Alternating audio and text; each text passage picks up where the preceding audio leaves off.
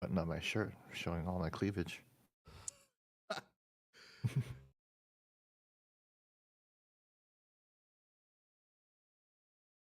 right, I hit the button. Let me just make sure that we are actually live.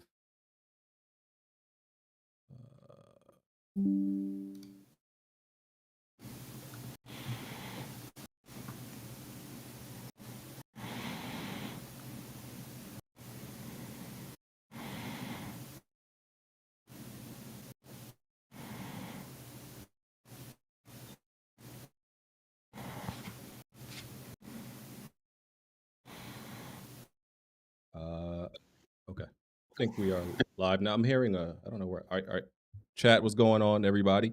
Are y'all hearing a? Oh, I was hearing a hiss for a second, but it's gone now. Good stuff. Okay, You hiss chat. from me too. I'm good. Yeah, mic check, mic check. Let me know if y'all can, hear me and Gene well. Yep, mic check, mic check. 1, 2. What's up, chat? How's it going? Good afternoon. Happy Friday, everyone. Okay, they say they can hear us. So right off the bat, just want to apologize to the chat if the video side of things aren't the best. It was similar in my Colin interview. I'm probably going to change the way I do interviews after this, probably on another platform, because Discord, the video quality, it seems to be on my end for some reason, or something I'm not doing wrong. The video quality seems to be a little bit inconsistent, but the audio is good, and I think that's what matters the most. So I have Gene Park here with me. Thank you for being here. EG, happy Friday. Thank Happy you for Friday, inviting me. man. Yeah, definitely. We've been talking about doing this interview for like over a year, That's true. right? Yep. And that you had a health situation. You had cancer.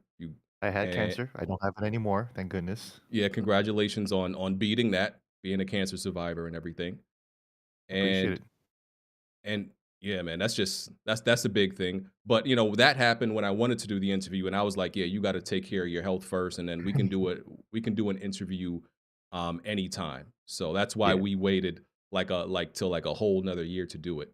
And I think most of my audience is already familiar with you. They know who you are and what you do. But for those who are a bit unfamiliar, uh, go ahead and tell them who you are and what you do and everything like that.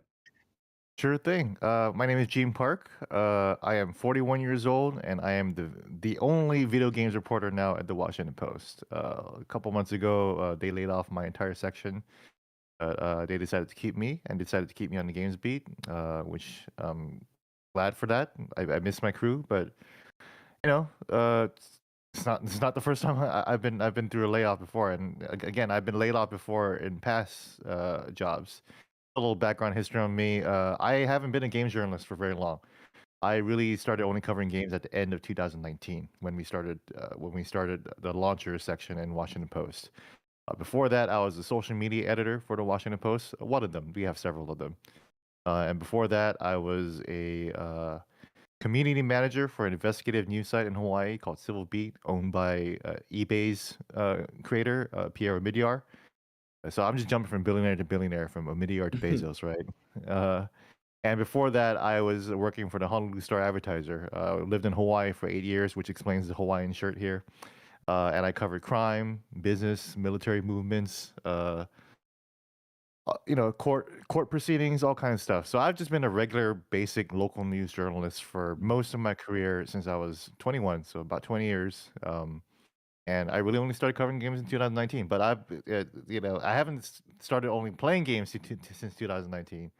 As you might find out, I've been on the ground floor for a lot of video game franchises. I've been playing games since I was like, what, 3, 4, 5, or 6. Mhm. With Atari, Nintendo, Super Nintendo, to what is it? Oh, PlayStation 1, basically. I never got a Nintendo 64. But I got PlayStation 1 because that's where Final Fantasy was going, right?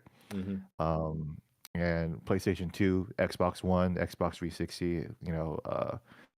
I got all three of PlayStation and the Nintendo titles, except for Nintendo 64 is the only console I never owned by Nintendo. And the Nintendo DS. I did get the 3DS eventually. Um, every PlayStation. and every Xbox, but I was missing for most of the Xbox One generation, which I think a lot of people were. Uh, there wasn't just a lot there, Mhm. but I really only got the Xbox One X once they announced that, and once Red Dead Redemption 2 came out, and I found out that Red Dead Redemption 2 was actually 4K on the Xbox One X versus the PS4 Pro, which was a little blurry. So I was like, okay, I need my 4K. I need my visual fidelity. And we could talk a lot more about visual fidelity and frame rates later on. We But will. I definitely, at the time, visual fidelity was the thing, right? We couldn't hit 60 FPS with it. We can barely hit 60 FPS with the PS4 Pro and Xbox One X. But I did that, and of course, since I started working, I got a PS5 and Xbox, both Xbox Series consoles, and I've had this Nintendo Switch since it came out too. So that's a little bit about my background in terms of my career and Mhm. my career in gaming too. Yeah. Okay. So yeah, thank you for that. That rundown of your your background and experience and all that. Mhm. Before we get into any gaming stuff, because I got a few questions that are non-gaming. You mentioned the cancer diagnosis last year. I just got to ask you, like, what were your emotions? Were you terrified? Were you like when you heard that you had cancer? Were you like scared shitless? Were you terrified at any point? Like how did you feel throughout the whole situation? Like, if you ever watch Breaking Bad and when I've seen it. When Walter White was being told of his cancer diagnosis, you hear the audio kind of black out and Mm, like you just don't mhm, really hear anything. That was so accurate. Actually, Breaking Bad is one of the most accurate shows about cancer I've ever seen. The way he was going through chemotherapy, and everything. Yeah, it was horrifying. It was horrifying. I was in the hospital when they told me, and doctors were upset because they were like, we don't like telling good people bad news, but yeah, you got cancer, and they I was like, mm, it feels like a nightmare that I've been through, because I got diagnosed in June and I got my surgery in November to get it removed, and since November I've been, well, I've been in recovery, but I've been slowly being able to recover my life slowly. So I'm going back to work every day now, basically. mhm, I was missing from work. I wasn't going into work. I was not writing as much. Um, and I went through, like, I was pretty much disabled through from June to November, right? damn. I was skinny as hell. I lost 40 pounds throughout my cancer, and I've been able to get it back. I'm back to 170. That was my original weight. Good. So it's nice. Like I can't tell you how good it feels to see my pot belly. I'm just like when I see other big people, I was like, I wish I was them. I want to be filled out and healthy and happy. Not maybe not healthy, but I want to be filled out and happy, and Yeah. that's what I am now.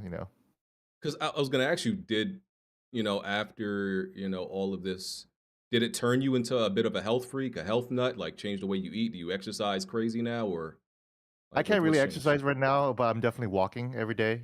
I Mhm. walk to work every day. The great thing is that I'm actually really close to the Washington Post newsroom. Okay. So I'm doing that. Yesterday, I walked like a metric ton of steps. Um, I'm definitely more careful about what I eat now. I think part of my cancer came from the fact that I've been a crazy alcoholic and I was a raging smoker and drug abuser Mm, for years and years and years, ever since high school. I've been smoking. I was smoking from 16 to 35, right? damn. Well, not even 35, 37. I really Mm, quit like maybe like 4 or 5 years ago. I used to drink every day, like 7 drinks at the very least, at the least every day. I was getting all liquored up. I was going to clubs almost every other night. Um, I definitely abused a lot of drugs in my younger years, and throughout my later years too. But it was definitely throughout my 20s where it was kind of a problem. In my 30s, I mellowed out a lot, especially when after I moved to DC. And I quit drinking when I moved here to DC, and I quit drugs. I still smoke weed, of course. So I'm California sober. mhm, So I'm gonna keep that up. I was vaping up until my cancer diagnosis, and I quit that too, which sucked. And I still miss it. I still miss tobacco and nicotine every day. So I mm, swear I'm gonna pick up smoking back up again when I'm 65 or 70. Because at that point, who cares, right? yeah. But I am like watching what I eat too. Like I've cut out processed meats, so no deli meats, no salami. If I get a pepperoni pizza, I get a pepperoni pizza just so I can get the taste of it on the cheese, but I remove the pepperoni. I can Mhm. still have some of it every once in a while. My dietitian said, she really just made sure that just cut out processed meats and just make Okay. sure that happens. So Yeah. So, yeah. some people are surprised to learn I've never smoked before in my life, but I take Mm, edibles, right? I good for you. You take edibles? yeah, I like edibles, right? I don't know what it is about smoking. I don't know, like it just never It's appealed gross. to It's me, gross. Yeah, it's gross. So it's but when they started making edibles, I'm like, if I could just, if you could put this in something that tastes good, a brownie or gummy, I'm like, I'm all down for it. So that's what I do. Mhm. Like me and my wife, we probably maybe 2, 3 times a week, just to chill at night. That's how Yeah, probably often we take it. Yeah. it's good for chilling. Yeah. I call it my wine, my evening wine. When other people like to drink wine and relax, and I always hated wine. I never drank wine when I was an alcoholic. I never understood wine. I dated girls that were into wine, and I always would butcher the goddamn names because I never understood what the years and names or whatever like that. I don't understand wine tasting, all that stuff. But Mhm. weed is good. So Okay. Let's move on to something a little bit more on the happier side, I guess. yeah, So I have a whole bunch of bullet points, right? yeah. And some of these bullet points don't have context because it's like certain things I've seen you say or certain things I know I wanted to talk to you about, but I didn't write down the context for it. Mhm, So first one is and then we're gonna get into games after this. In and mhm. Out Burger. I know you've said something about In and Out, and I'm probably guessing you think it's trash. I think it's bad. I I'm love it. really. I love it. I love it. But that's because I went to school in Southern California, so I think a lot of Mm, it is just nostalgia. I went to college in Southern California, so that college days, best years of your life, right? But I still, when every time I go back to SoCal or even Vegas, I always hit up In and Out, and I enjoy it, because like I'm from Guam and Hawaii, right? And where we eat a shit ton of spam. And again, I got to cut out spam because that's also processed meat. But I love spam, and where a lot of people don't like it that much. I know spam is actually real popular in the South. I don't know where you live right now, but New York, yeah. uh, oh, okay, New York. Okay, cool. So yeah, so I can understand why you would think, because especially like you hear all the hype about In and Out, right? And if you never tried it before, then it's like you try it, it's like okay, that wasn't that good, right? Mhm, Uh, exactly. yeah, it was like I get that because it's not like the most amazing thing, but like it takes me back. Like it's more nostalgia. It's like mom's home cooking, except it's not just made by a bunch of white people in the kitchen. Mhm.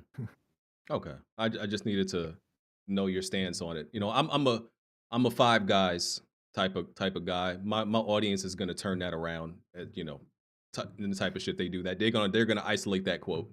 But that's my go to. So Yeah, I love Five that's what Guys. I I do. love Five Guys. Yeah. Okay. Let's get to gaming. I got a whole bunch of gaming topics. What should I That was the only non-gaming, not controversial thing you got from me. Yeah, that was That's the cool. only that was the only non-gaming thing I wanted to really talk about. That's That awesome. was it, yeah. I guess we'll start out with the most recent Mhm. topic, Redfall. Mm. So, we got the Redfall has had, like, a kind of bad PR week.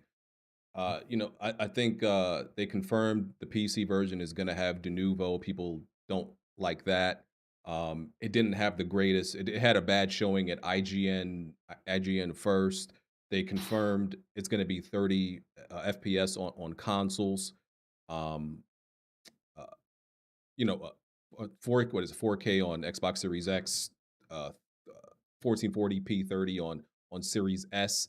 So it's just not great news coverage about this game at all. And a lot is riding on just a few Xbox games for this. Because this is another one of those years where it's supposed to be Xbox's year.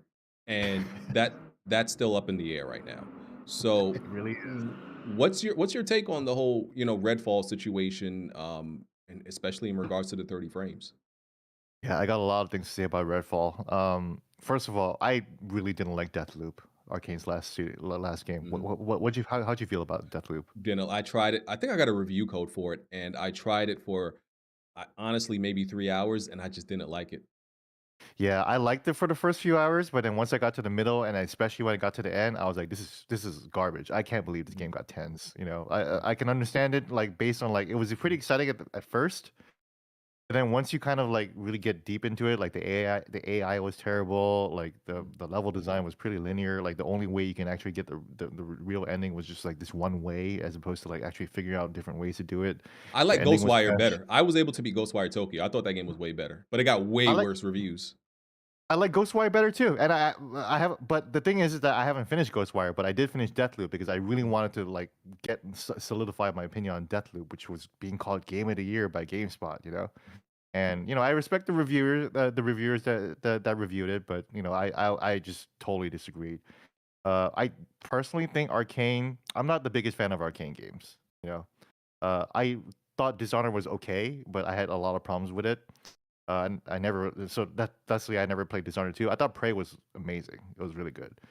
Um, so when I heard about Redfall, I was like, okay, this got good pedigree, but it's been hit after hit, the fact that the quest progression is only going to be based on the host. Mhm. That's like I'm out. I'm out for co-op already. I'm not gonna bother playing with with my friend, because that's just gonna be a waste of time. Even Halo Infinite got that right, where it took forever for Halo Infinite to get co-op, but eventually they got it right, and like you can have game completion with your partner, and the fact that they can't even do that, and man, the 30 frames per second news.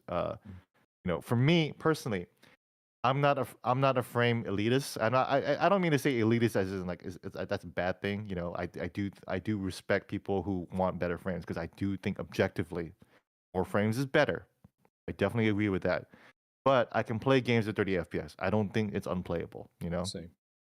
But with Redfall, game doesn't look that good, man. And you got Fortnite running in the same console, and Fortnite has 100 players and is running with ray tracing, Unreal Engine 5 Lumens technology, with 100 players on the map, with all these physics popping off. And you're telling me that Arcane can't figure out how to make 60 FPS at least 1440p for Redfall, which doesn't even look that good. The textures don't look that good. It could probably run in last gen. I'm shocked that they're having so many problems. The always online thing is trouble, Mhm. and Arcane has such a hard time like marketing their games, because nobody even knew that this game was closer to Far Cry with vampires, and until a recent interview a couple months ago, right?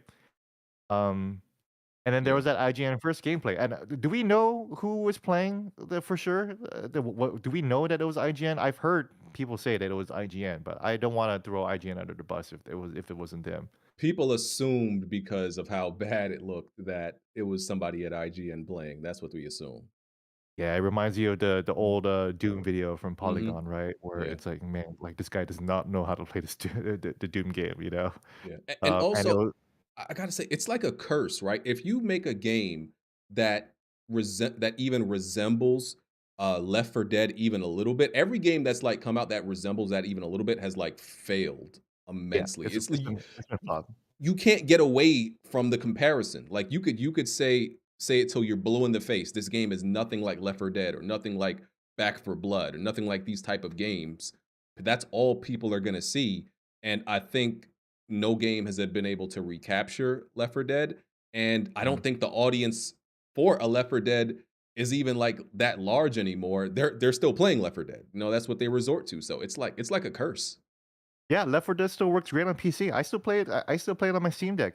Mhm. And why would I need to play? Why would I need to play another version of this, right? So that's why it's like it looked like Left 4 Dead, but with Arcane, and then they said it's more like Far Cry. So like that's a little interesting. But then you see the IGN gameplay, and you can see how sloppy it can get. Like you just like the bosses are just like in and out, enemies are just doing things, and the gameplay was pretty bad. Like like player was just like throwing shit on the floor for no reason. I was like, what are you doing? What is your plan here? Mhm. Like what is the sequence of events that's happening in this gameplay? And I could not even tell what the hell was going on. It was Mhm. crazy. Um, so that was just a terrible showcase. And then like the fact that they just came out with tweet. I mean, good on them for at least like getting ahead of it. If they know that they can't do it, why can't they do it? You really can't do 1080p 60 frames. You know, because no one out here is really saying it should be 4K 60, right? Because we know that even the PS5 and the Xbox Series X will Mhm. struggle with that, you know, Yeah. for a lot of games. But 1440p 60 FPS is totally possible, and 1080p 60 FPS should have been easy. It should have been the bottom floor, you know. Yeah. They can't even meet that. That's crazy. Yeah, because I assume I assume it's going to be 4K and 1440p native. If it's not, then that's really bad. If you're not even going to have a Yeah. performance mode, and yeah, on the top of that, nobody really cares. Like 4K is a pursuit that is kind of unnecessary that we've learned. Mm, You know, if you can 1440p upscaled, people don't care. It looks good enough. it was good So enough. you know that native 4K chase is just absolutely pointless. Yeah, and I just don't really understand because I keep going back to like Phil Spencer, right? If I don't know, I assume the chain of command with Mhm. you know Xbox first party games, and I assume this of course has to go all the way up to Phil Spencer, and he has to approve this tweet that went out, and The I'm buck has like, to stop somewhere, right? yeah, Yeah. I'm like, I'm like Phil, you like I'm thinking like you have to say no. Mhm. Just say no. Mhm. You got to put your foot down and be like, we have to start upholding some quality of standard to change the narrative of Xbox. Mhm. And I'm like, I don't because even going back to like the Halo when Halo was for Infinite was shows first premiered, Mhm. the Mhm. fact that Phil Spencer saw this gameplay and said this is okay to go out. Mhm. I question his ability, his eye for Mm, quality. I would because mm. listen, as a gamer, if you showed me that in like a testing room, I would be like, yo, this looks like dog shit. Like so how did you, Phil Spencer, like boss of Xbox, allow this? So I just so many questions I have. I just don't get it, man. Yeah, and maybe it's down to Arcane's ability, you know, because you know, as far as I know, they've always had trouble optimizing games, you know. So I don't know. I I sympathize with Phil because I do believe that it would have that even that tweet would have to be approved by him or at least someone under him, you know. Yeah. Um, and they're trying to turn Xbox around, right? But if Arcane can't do this, it's like either delay the game, which would be a bad look, especially in the light of like Suicide Squad's like what third delay, you know. Hmm. Redfall and Suicide Squad remind me of each other so much, you know, like forced co-op games. Nobody wanted either of those games to be co-op. They're relying on like edgy branding with fucking vampires and also Suicide Squad, which is not even a really popular IP. Uh, and they're both always online, and they both have really bad showcases. Again, they're both co-op. It's interesting to see the parallels between Suicide Squad and Redfall, and it's like I don't know. It's hard to measure the blowback that a Yeah. delay would have, but I do I, think a delay probably I would have went mean, down a smoother. we're less than 3 weeks out, and it's like I Mhm. would assume at this point reviewers are about to get it in their hands or already have it. So I don't even know if you could even delay it anymore. Like, is it possible? Yeah, Like, it comes out May 2nd. yeah, yeah. But I mean, that's the thing, though, right? The fact that they came out with 60 frames will come out later. That is an explicit statement saying that we are releasing an incomplete experience, Hmm. a not optimized experience, and that's a bad look, man. You know, Yeah. it's and you know, Callisto Protocol kind of came out the same way. You know, like what the hell? Like I like that game. You know, I didn't like it at first, but when I finished it, I was like, okay, that wasn't bad, and I see what they were trying to do here. But it came out kind of a mess. You know, especially on Xbox. Like they didn't even have the ray tracing right. Frames were all crazy. It was poorly optimized on PC again. Um, but Redfall is getting so much flack because it is supposed to be one of two of Xbox's marquee games. Yeah. And what's going on? That's Yeah. crazy. I think listen, unless you're Joseph Faris, you got to leave co-op games alone because I think about all the games that come out and are branded as co-op games. I feel like most of them don't do so well. I feel No. because and I think they don't do so well because like they all are contingent on the fun of playing with your friends rather than the fun of the game itself. You know, like Game design, right? exactly. Yeah. It, Yeah. it's it's too dependent on, oh, it's fun with your friends. rather than Mhm. this is fun by yourself. This is Mhm. fun by game design, and we're going to also add co-op, and it works out that way. Mhm. But these games designed with co-op in mind, I actually think that's the wrong way to go, and it don't work out unless you're Joseph Fares because he's just seems You to make a really good yeah. You make a really good point about Joseph Fares, and also I'm thinking about Resident Evil 5, which is like one of the GOAT Mhm. co-op games of all time. And you see the way that the entire game was intentionally designed to have two partners working together. You know, like the way the levels are designed, the way the puzzles are designed, the way they interact with each other. And then you get a game like Avengers, which is obviously more fun with your friends. But it's not really designed for co-op. It's just throwing people into a server and that's it. That's not game design. That's Right. just making a game and just seeing what sticks or whatever, you know? But that's why Ex with Redfall, I mean, I haven't played Redfall, so I understand that there are different classes and maybe we'll see how that works. But Suicide Squad looked terrible because like everybody was kind of doing the same thing, flying around. You see Harley Quinn on a jetpack. Why is the shark Mhm. flying around? Why does he have a gun? Why does a guy named fucking Boomerang have a gun?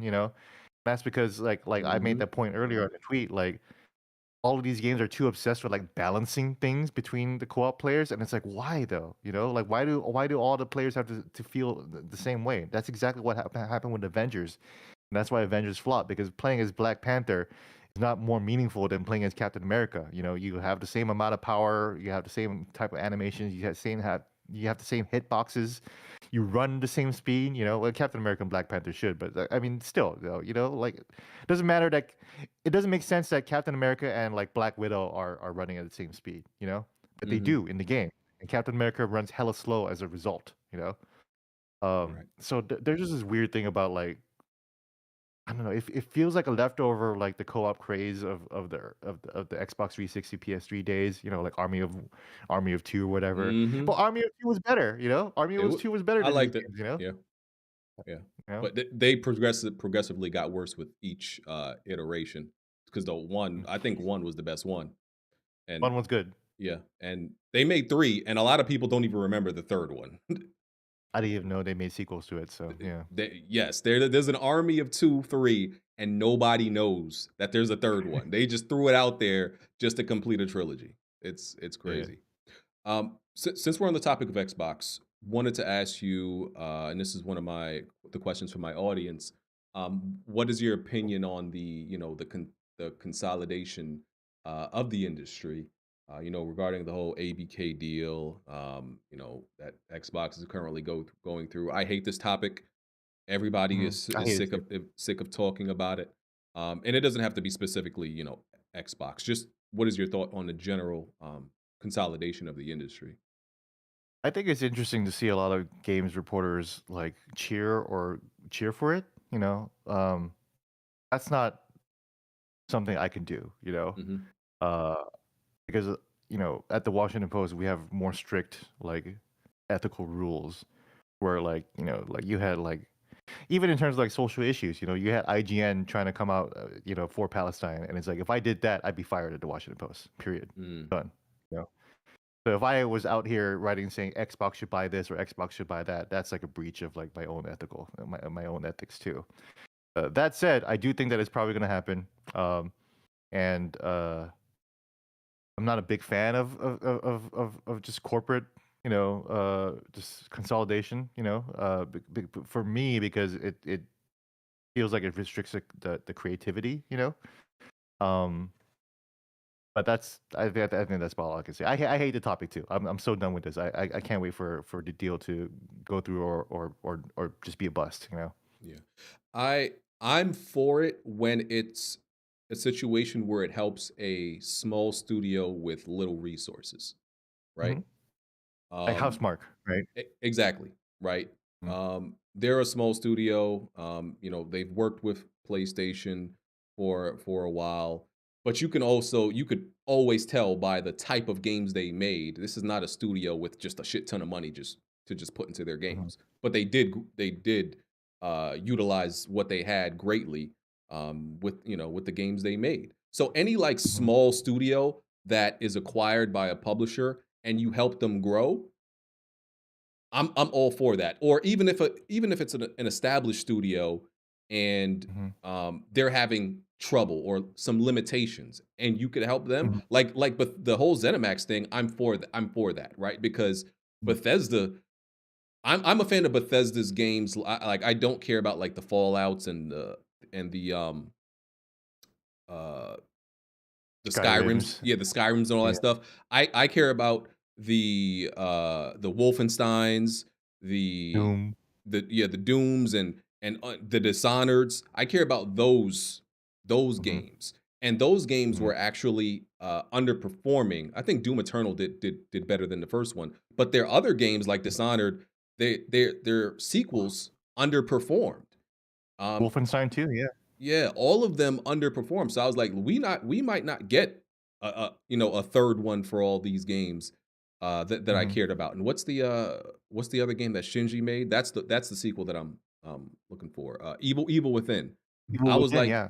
Evil Within 3, we're probably not going to get that if Microsoft doesn't buy them. So I'm for that if you were like bailing somebody out or you're saving them and you're helping them with the production of games. But like Exactly. Insomniac wasn't that big too, before PlayStation, right? mhm. Yeah.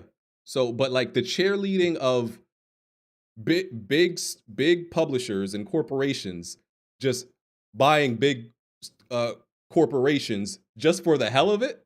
Just Mhm. I'm like, why? I don't understand why people go crazy for that.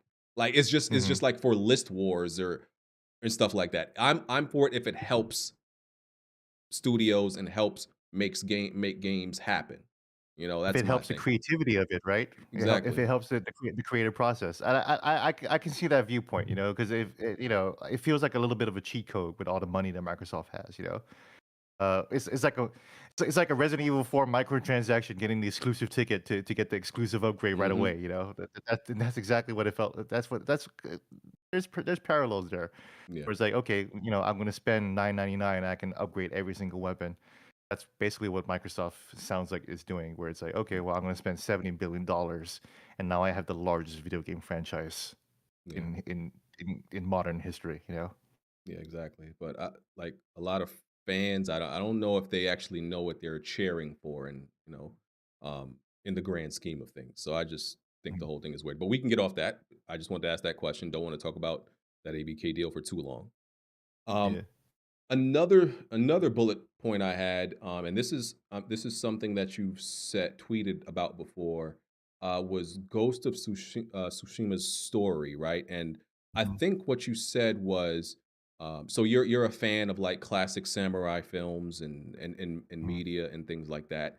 And you said you really like Ghost of Tsushima. You love the gameplay, but you feel like Love the game. Love the yeah, game. but you feel like the story failed in comparison to it failed as a tribute to classic samurai films and stories. You You want got to it. explain Yeah. that?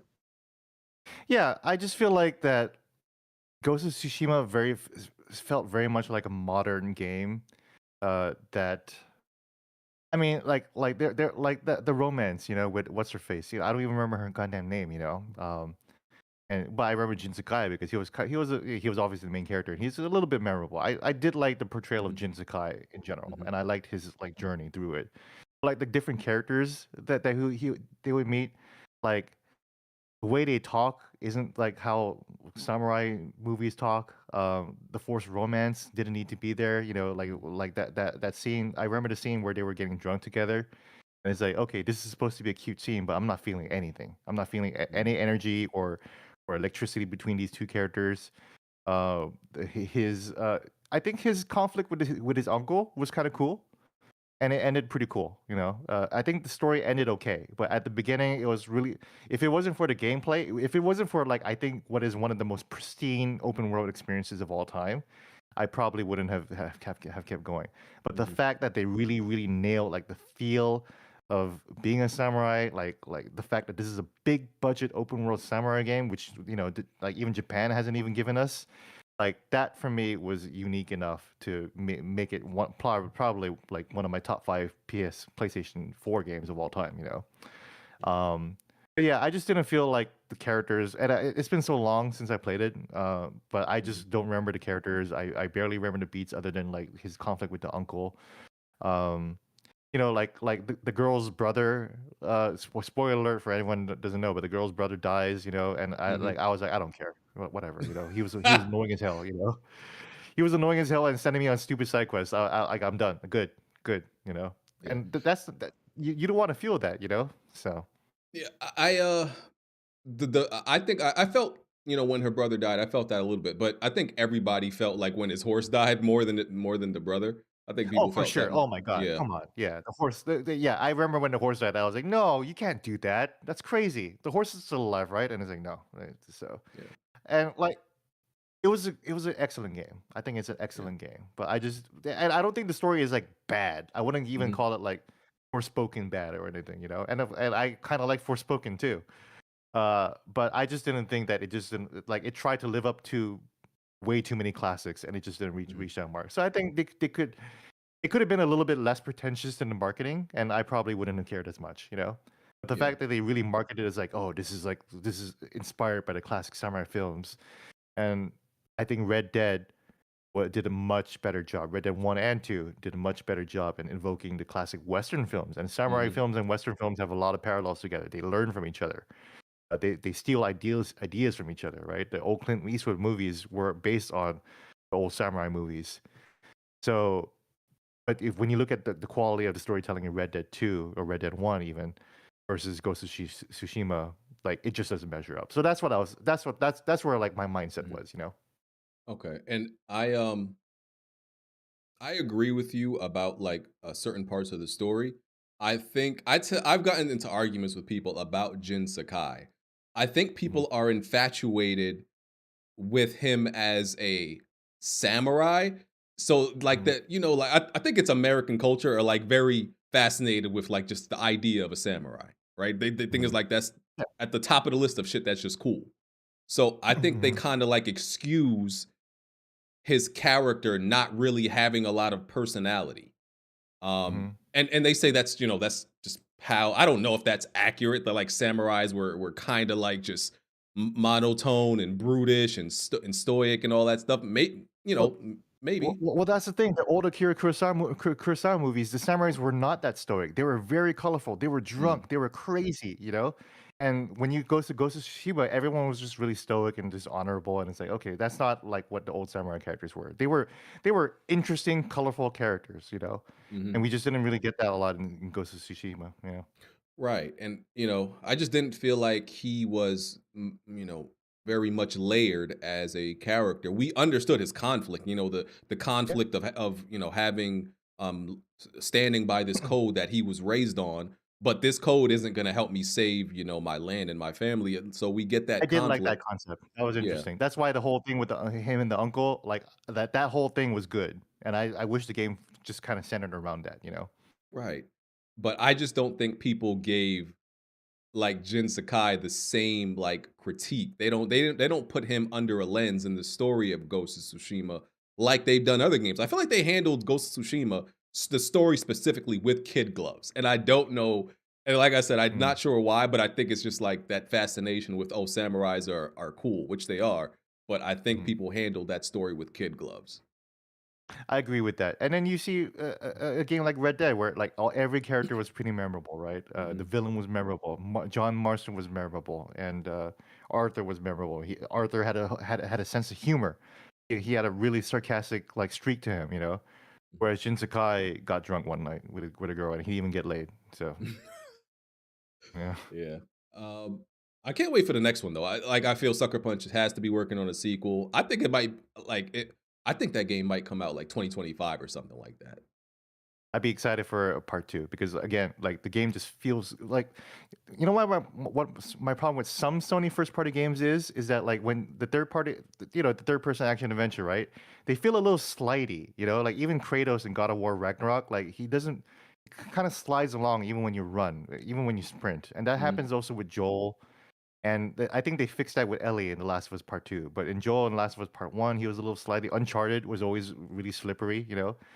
But Aloy in Horizon and Jin Sakai in Ghost of Tsushima, they really nailed the feeling of like just like stomping through as they run through a field. Like it, Mhm. it feels heavy, it feels consequential. It really feels like you're moving this body along. through this amazing world. So that's what I really appreciate about Ghost of Tsushima. They really nailed the feel of it. You know, like when you slice into a guy's gut, like it just sticks there for a little bit until like you go through the other side. Like I just love that feeling. I could play the game forever. You know. Mhm. Yeah. I think that that inevitable sequel is going to be something big. You know, whenever For sure. PlayStation Huge, decides to huge. do one of these conferences. You don't got no inside knowledge on like this rumored conference, right? No dates or confirmation. No, sorry. People have been waiting. It's been like a year and 7 months. People have been waiting, man.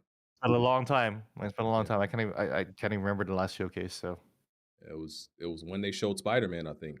You know, and not even any it's gameplay. So That's true. Well, we're gonna get more Spider-Man information soon. So yeah, yeah. Uh, another thing that you've tweeted about is Hellblade, and the topic of mental health. Hmm. I think I think you didn't necessarily like the way they handled mental health. What No, I exactly thought. were your thoughts on it? I didn't think. I thought they did it too well, actually, to the Oh, point okay. where it's like, you know what, like I got my own issues. I hear voices in my head sometimes, you know. So it's like and I was playing with headphones, so like they got a 3D audio thing going on. I was like, you know what, this might be a little too much for me. Yeah. It was some of the best Um, use of like audio engineering when you yeah. It was excellent. It was excellent, and that's why it's like I don't judge Hellblade because I haven't really played it. I do think that they did it really well, but like again, I haven't really played much of it. Oh, okay. It was the same issue for me with Disco Elysium. Again, the main character of Disco Elysium is an alcoholic, and like when I started playing that, I was like, this is too real for me right now. You know, Mm, I'm still in recovery. I don't think I need it. I don't think I need this right now. Everyone tells me it's an amazing game, and I believe it. And I even spoke to the creator of Disco Elysium, and I was like, really want to play you guys' game. I respect it so much, but I tried it and it was a little too real. And they were like, yeah, yeah, I can understand that. You know, okay. so It hit home like a little too hard, so exactly, yeah. so you think the game is cool, but you don't think you'll ever be able to like finish it or play 2 then? You know what? I might be over it. You know, like the fact that I got cancer like kind of like superseded a lot of my mental. Oh, it's giving me more like traumatized issues, right? Mhm. But like I feel like a lot of the things that I worried about in the past are kind of gone now, and now I'm more worried about like aspects of mortality and all that stuff, you know. Yeah. So I do think that I might be in a better mindset to try to revisit whenever the hell Xbox decides to announce Hellblade 2 and the release date, and we get any more information on that, I'll be happy to try Hellblade 1. I think at that point, I think that'd be a Okay. good time to revisit it. Okay. Um, toxic positivity. I think you're the Mm. actually the first person I've heard you use that term. A lot of people have tried to take credit for it. I know a few people have tried to take credit for it, but you're the first person I remember using that term.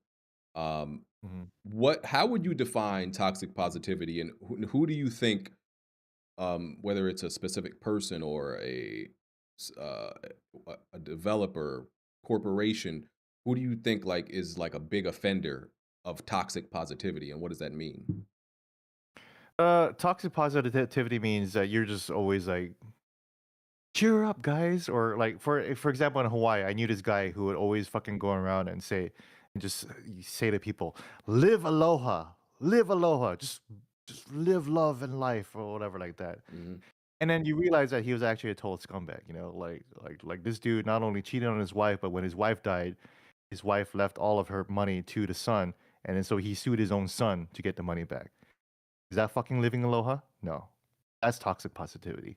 Mm, When you can tell that the guy is just using positivity as a mask or just some other stupid shit, you know? I don't know what corporation does it. I probably have mentioned it before. I think it was you know what? It was actually Xbox. Um, when they replied to something from Bloober Team. Bloober Team was the one I had issues with mental health, you know, and okay. whatever I forget what the game was called already. Forgive me if I'm forgetting so many things. Like my brain is still like Oh, it's again trying to okay. recover from chemotherapy. Yeah, Like I can't remember my coworkers' names sometimes. You know, it's yeah. crazy. But Was it the Bloober medium? Team game, yeah, the medium. Yeah, I Okay. hated the medium. You know, and then when and I think the medium was on Xbox, and the Xbox brand account says, we love all games. I'm like, you know what? No, no, man. Why do you gotta love all games? Some games fucking suck. You know. Like Mhm. that doesn't make any sense, you know? Y It's kinda Yeah, like saying, "Oh, games are for everyone, and gaming should be for everyone." It's like, "Okay, but, like, not every game is for everyone, though," you know? Let's be real here, you know? yeah, and I th Xbox does it sometimes, and the execs do it, and, they do it in a way to, like, coddle everybody and to have this reputation of the publisher that is very inclusive, and Mhm, I only dislike it because it is a cover-up, like you said, it's a mask. mhm, It's a cover-up to the fact that you're not necessarily doing your job as a corporation and outputting the type of content that you should. It's like you're compensating, and like I'm not trying to Understand, like yeah, you're making up for something, right? yeah Yeah, I'm not trying to start digging on Xbox, but it's a fact that that's what they do. They've adopted this image that they are the pro consumer. They're the nice guy. Especially Phil yeah. Spencer. That nice guy shit. Yeah, That it I, works, it works. He's a nice guy, you know? I'm But I'm yeah. sure he is. He comes across as a nice guy, and like it works because people fall for it. People actually fall for this shit. Look at how much mileage look at how much mileage he's gotten out of that nice guy image, you know? It's only now after, like, several years of Xbox not really delivering that people are starting to question it, right? Hmm. But he was able to cultivate this image and this image of being for the gamer for a long time, right? I'm not saying he's not. I'm just saying that but he definitely did cultivate that image, you know? Yeah, and I'm like, listen, if I don't care if any of these corporations are pieces of shit necessarily. I'm not. I don't try to be the moral or ethical police. I'm just a consumer. I don't. You could be mean to me all you want, or not speak to me like Sony. Is horrible.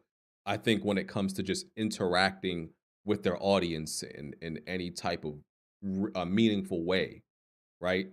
Um, but they give the consumers what they want. So people don't care if Sony has a talking head because they used to have talking heads. Jack Trenton and Shuhei, used to be at the front, Mhm. and Andrew House and all these dudes used to be, the faces. Now there's like no face because I mean Jim Ryan doesn't even really talk like that. No, he hates talking. Yeah. That's why, like, that leak of, like, Jim Ryan's speech, I was like, "Dude, he's not gonna give a fucking speech." He fucking hates Mhm. speeches, you know? You're right that the one thing about PlayStation is that it feels very cold. It's always some nondescript woman just describing the games, you know? Mhm. As opposed to, at least with Nintendo, they still put their CEOs and their people up front, you know? Like Eiji Mhm. Aonuma just yesterday presented or the other day presented the Zelda trailer, or you got Yoshi P presenting for Final Fantasy 16, right? That was good. But a lot of the state of plays just kind of have this like, and even Nintendo Direct, to be fair, have just this kind of like really bland voice talking, and it's Yeah. I do miss, people always make fun of having personalities, right? Like people were cheering when like a recent showcase didn't have no personalities, and I get that, I totally agree with that too. But I think you have to have the right personality, Yeah. and not like cringy hosts say, like making cringy jokes back and forth or whatever. So Yeah. And I'm really laughing at. I keep laughing at this. Someone in the chat saying when Xbox puts Peppa Pig in the powerful woman section of Game Pass, like they really did that that. feels like something the game industry would do, you know? And just to be fair, Jim Ryan has a whole bunch of questionable, moments too. Not things he said because he isn't like we said he doesn't really speak that much, but Mhm, what we gather from him is he's like just a numbers guy, where he's all about what makes sense literally, and what makes money. He's the bottom line guy when previous PlayStation execs in charge were like the creative guys. mhm, And I do wish, one of the biggest complaints about PlayStation right now is like no show, no information about this year, about upcoming years. There's the rumor, but I haven't been taking that rumor serious because until they confirm some shit, I don't care. But that's a flaw on Jim Ryan's side. So it's like they're polar opposites. They both got flaws except in different areas.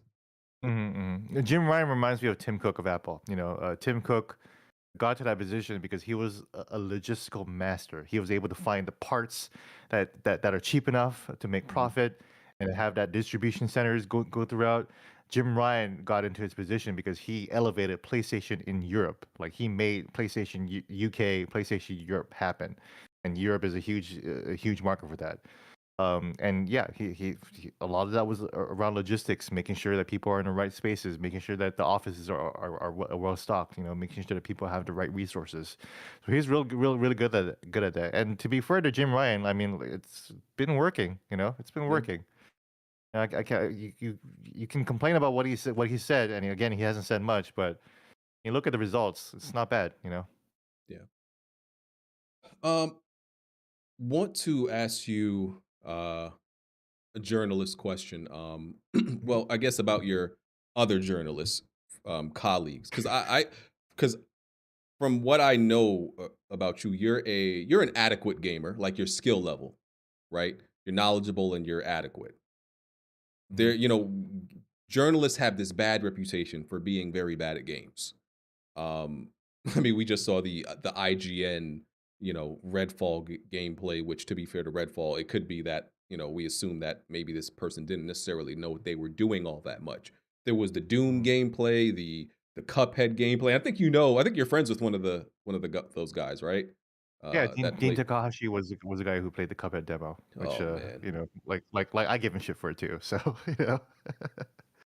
yeah. So, what do you feel about this bad reputation that journalists get about just being like their job is to review and analyze games, but they tend to lack the skill to do that? Mhm. This is an interesting topic and one I've always thought about for like a long time, even when I was like doing freelance in college for a small website called GameCritics.com, where I talked about people not being able to play fighting games. But like, why are you reviewing fighting games if you can't pull out the moves and combos, right? Um, First of all, I do want to say that like considering how popular like the Dark Souls series are among game journalists, I do think that like I think it's a little overblown that all games journalists are bad Mhm, because they're out there completing Elden Ring, and that's not an easy game to finish either. I struggle through it too myself. Uh, that said, I do feel like that you need a certain level of skill level because look, the way you understand the game is to play it. You can't just watch a game, right? To play a game is to engage with consuming the content.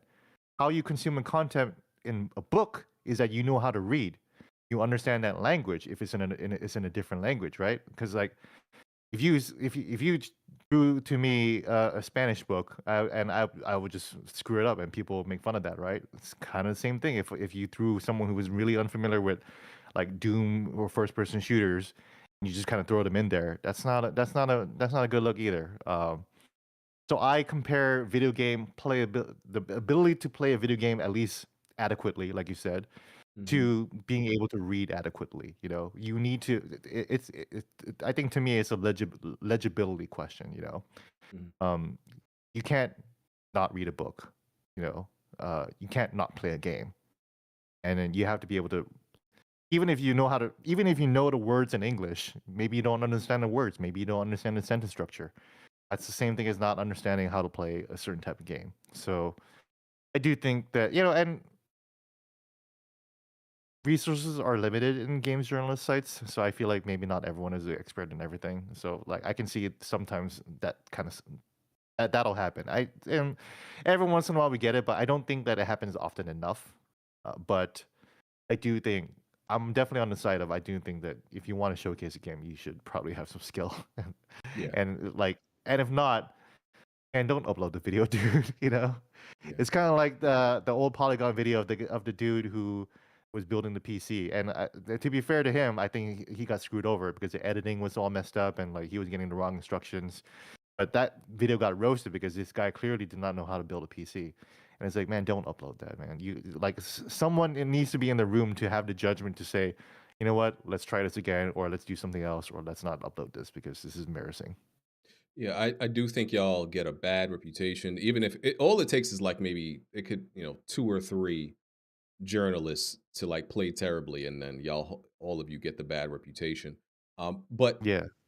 did Dean ever give you an explanation, like as to why he was struggling in that Cuphead tutorial? It was a tutorial too. Did he There's a ever give you a tutorial, like, reason? Yeah. the game was literally telling you what to do. Like, game had, like, a sign that says "up," "jump up," and, like, he couldn't do it. It was crazy. I felt like I was going insane watching the video, you know? Like, it was like someone who you think should know English trying to read a book in English and really struggling hard to do it. Like, that makes no sense, you know? I never really asked Dean for it Oh because I man, feel like it's a sore spot for him, but, you know, I'm I'm still gonna sure. make fun of him for it, so, you know? Yeah.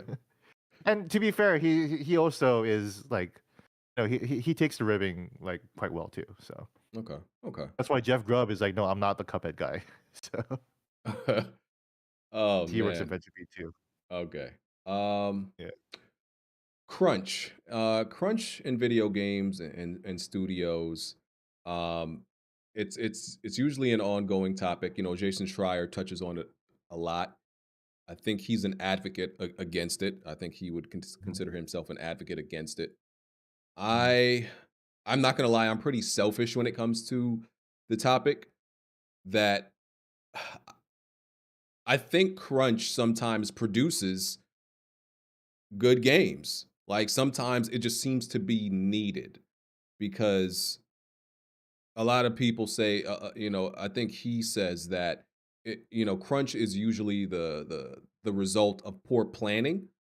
But in video game development, like a lot of stuff doesn't go to plan. You know, you're gonna run into a lot of bumps in the road. It's not like just a clear cut plan that's gonna go exactly how you want it, especially on a timeline. mhm, So I think mhm, sometimes I'm not saying that anybody should be like living in their car doing 80 hours a week, but mhm. Yeah, of doing course. doing more time and putting in a lot more time than usual, especially towards, I guess, the end of development to get that game to its ideal state. I think it's needed sometimes. So I'm Mhm, not mad at it. mhm. This is an interesting topic. I'm kind of glad you brought it up. Um, Crunch is bad, right? And I'm not discouraging anyone to report on Crunch. But I've also heard from a lot of developers that say, you know what? I'm tired of the games journalists always talking about crunch. We want you to talk about our game that we worked hard on, you know. Mm, And the crunch wasn't that bad, you know. It was a couple weeks. I think it's a little weird for journalists to advocate against crunch, especially when journalists are always crunching ourselves. You know, I've worked mhm, 80 hours a week in news.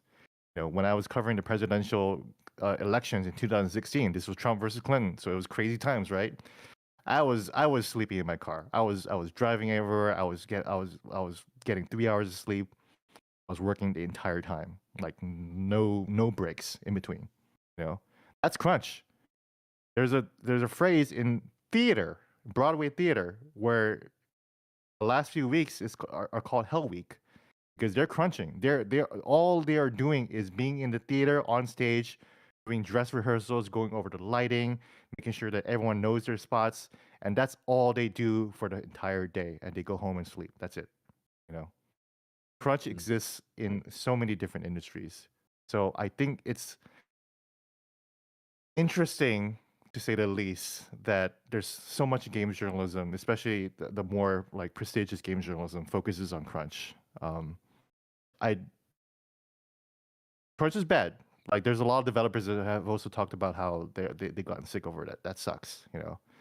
So going back to your point about poor planning, I think it's part of it is like scheduling. You know, making sure like you have enough room to plan for that crunch.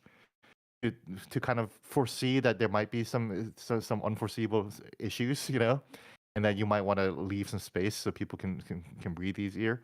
And to be fair, a lot of the Sony PlayStation studios now have worked on that. You know, like everyone talked about how God of War Ragnarok, I think, didn't have any crunch going on. mhm. Um, but I bet there was. I bet there was. You know, Chris Judge had to go back and do a lot of stuff too. You know, that sucks. Yeah. So I don't know. It's complicated, but there's so It's many different industries. There are so many different industries that do crunch. You know, like I feel like that is It's just an unavoidable part of capitalism, you know. As long as we're engaging in work, we're and not having enough resources, that's just gonna happen. You know, we crunch all the time at the goddamn Washington Post. You know, there are people working there until 10 p.m. and they're there at 7 a.m. You know, so Yeah. I feel it's kind of hypocritical Mhm. for us to espouse about crunch when we're crunching ourselves. You know, Yeah. Yeah. that's my view. Yeah. It always seemed a little bit overblown to me. And like you said, as long as if it's like literally just a few weeks of crunch, Mhm. and of course they shouldn't be, and I see no reason for them to ever be crunching throughout like the majority of development, Yeah, or yeah. anything Don't like do that. that. You know, Yeah, obviously, you know that's crazy. yeah. As long as it's like it's literally a time crunch time where you okay, this is the end, and that's why we have to do it. And as long as the developers are saying we don't care, we want to get this done, because I assume a lot of them take pride in Mhm. what they do, and that's why they don't mind it, then I don't see any reason for us to complain about it. So There's a lot of pride in working hard. Obviously, a lot of Japanese developers, you know, feel that way too because that's part of the culture. You work hard, you go home and sleep. You know, um, and you're right. You know, like when during the 2016 election, it's not like I was crunching throughout the whole election year. But mhm, when it came down to October and November on election day, or even before October during the debates, you know, I was working almost the entire time. You know, I was driving everywhere, I was flying everywhere. It was crazy. I was exhausted. It was the most exhausting part of my career ever. But I feel proud of it, you know. yeah, And I don't. You got to make sure that you take care of yourself and don't get to that point, you know. And definitely. hopefully people will speak up when they're feeling like they're about to collapse, you know. Um, so obviously I didn't crunch through when I was sick because but I still tried to do some work. I still, even though I had cancer and I was on chemotherapy, I'm still Mhm, working because I'm proud of it. I want to, you know. yeah, Some people want to do that. That's it, you know. yeah. Some people believe in just that's the life. Yeah. Um, okay, Nibellion. Want to talk about him for a second. Yeah. So everybody, I think everybody knows who Nibellion is or was. He was pretty much the bullet point, Cliff Notes guy for any news that came out Mhm. in gaming, and he would post it on You're good Twitter. at it. Yeah, give you the breakdown. He was great Mhm. at it. He Mhm. for whatever reason, he gave his reasons. He said I think he felt like he was being devalued or underappreciated, and he wanted to pursue, I think, other things. He Mhm. decided to quit doing that on Twitter. He put out a statement about it, and he before quitting, he made a Patreon, Mhm. and the Patreon didn't get much support, I think, initially. And I think that was like his last effort to try to get some financial, Mhm. monetary support for what he did. Mhm. And then when that didn't seem to work out after a few days, he just announced he's quitting Twitter. He's not doing this anymore. But I just feel like he mishandled that whole situation. The man had 500,000 followers, I think Mhm. it was. Mhm. I think he Mhm. mishandled that whole thing, and like it's just a missed opportunity and a missed money bag too. Mhm. What were your thoughts on it? First of all, he unfollowed me after I appeared in Sacred Symbols with Colin Moriarty. So, you know, that kind Mm, of told me about how he felt about me, and that's fine. I don't care. You know, I don't even know who he is, right? Um, yeah, nobody does. Obviously he did great work. Mm, Uh, I agree with you that he mishandled the situation mostly because one, I didn't even hear about his Patreon until after he quit, right? So I was surprised, even though he's always top of my feed, I'm surprised that he didn't really talk about his Patreon that much, or maybe I just didn't see it, or it just feels like just wasn't that aggressive about it. And he wasn't that aggressive about it. Like you said, I think the Patreon was only up for like a month or so before he quit. And it's like, dude, can't just quit after like a month or two, you know?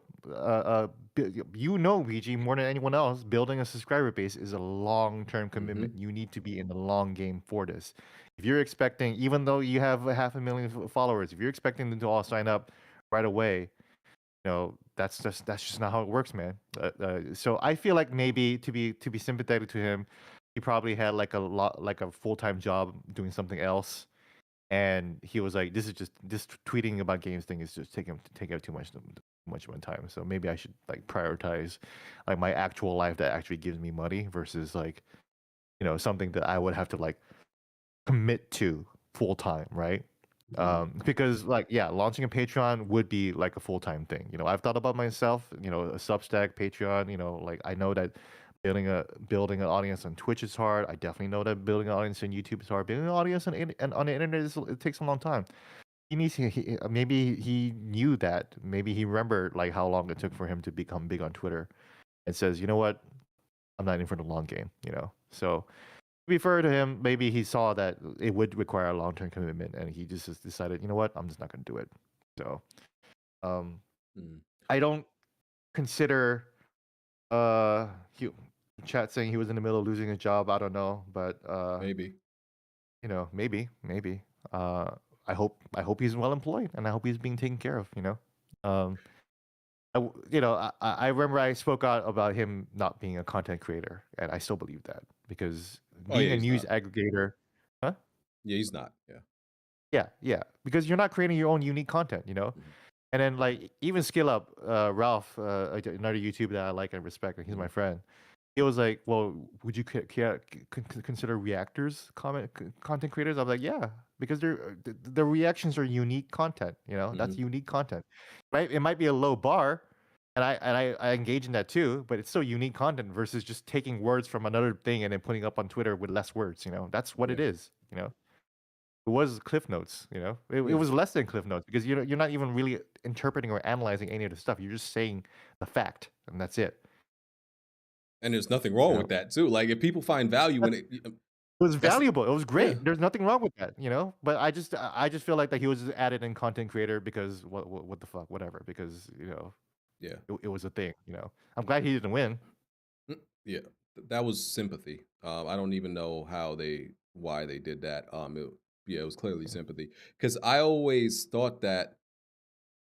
Listen, if he would have made a YouTube channel, are you gonna get 500,000 views? Absolutely not. Probably No, nothing near it. But could you get 5,000?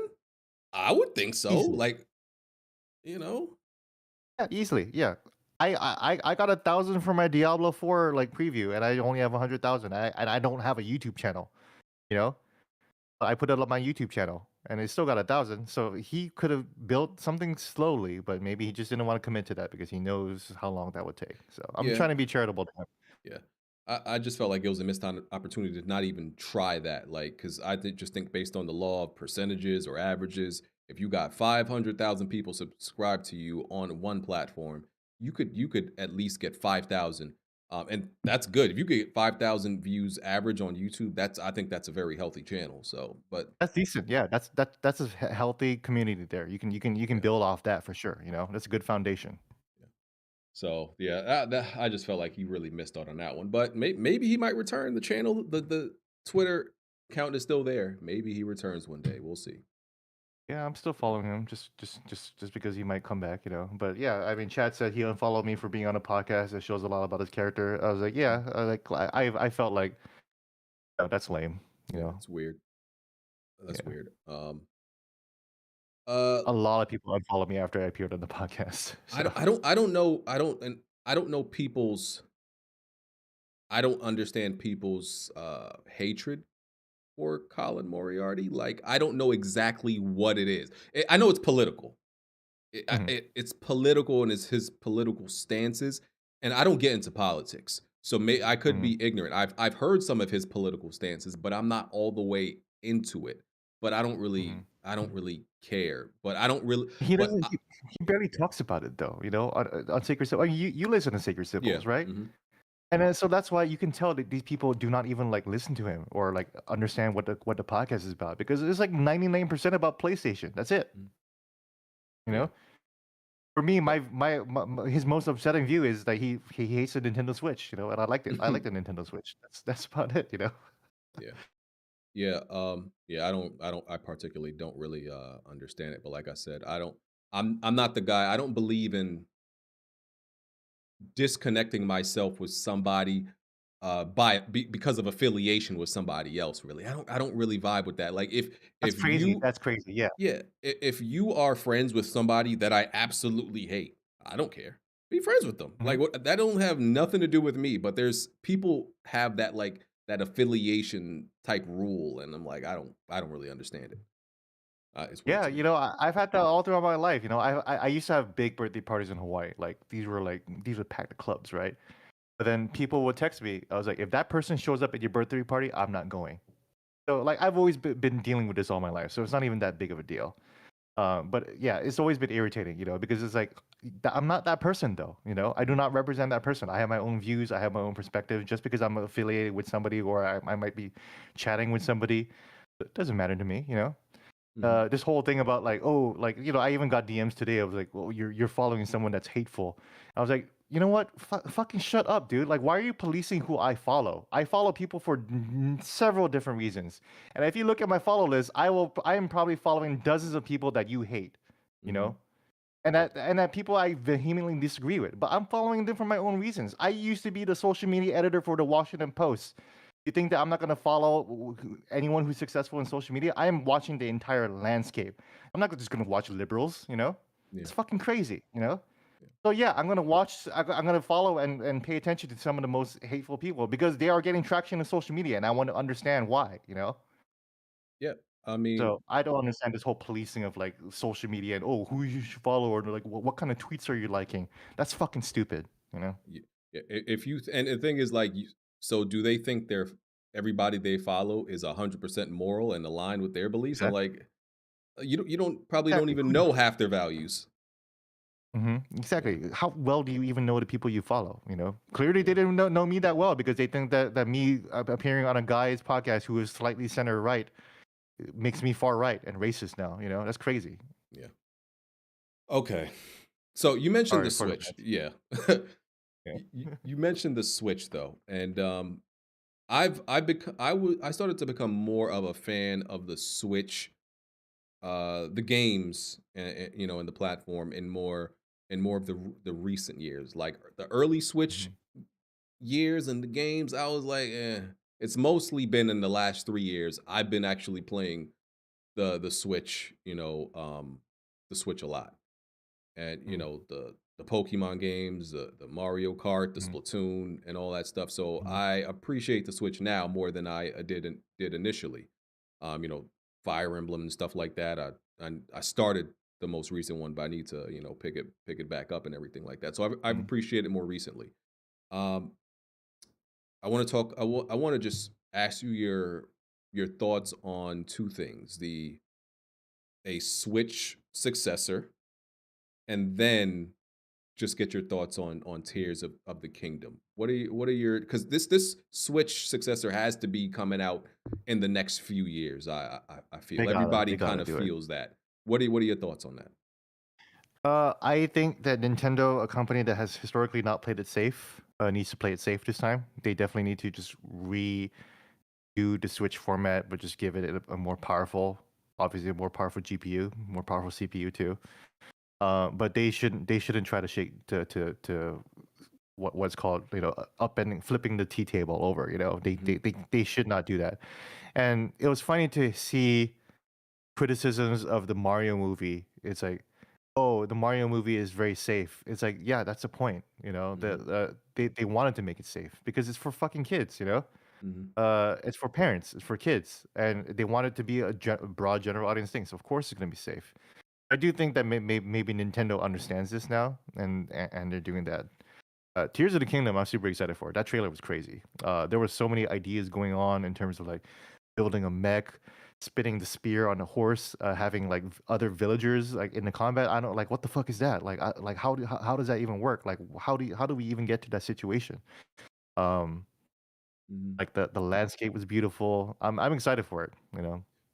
I don't know. I actually don't know if it's still my most anticipated game after that state of play yesterday with Final Fantasy 16, and Hmm. I think we're gonna get more into that later. But like that was crazy too. So I think and on top of, well, did they announce that Elden Ring DLC was coming out this year? I don't think they put a They date didn't to it, give it a right? date. No, they didn't give You it a just said date. that they were making it. Okay, well, Yeah. regardless, with Zelda and Final Fantasy coming in at top with top tier like content, it seems like it's gonna be a good year for fantasy games. Yeah, just to touch on the Mario movie, I actually saw it yesterday. Really liked it, Yeah. and that was probably when they said the movie was 90 minutes. I think I've gotten used to movies being longer than that, at least 2 hours, and I'm like, to Mhm. so 90 minutes feels short to me now, but they used every minute of those 90 Mhm. minutes. Like just Mhm. didn't waste any time, so it worked. And I just Mhm. loved all the references that they packed in there.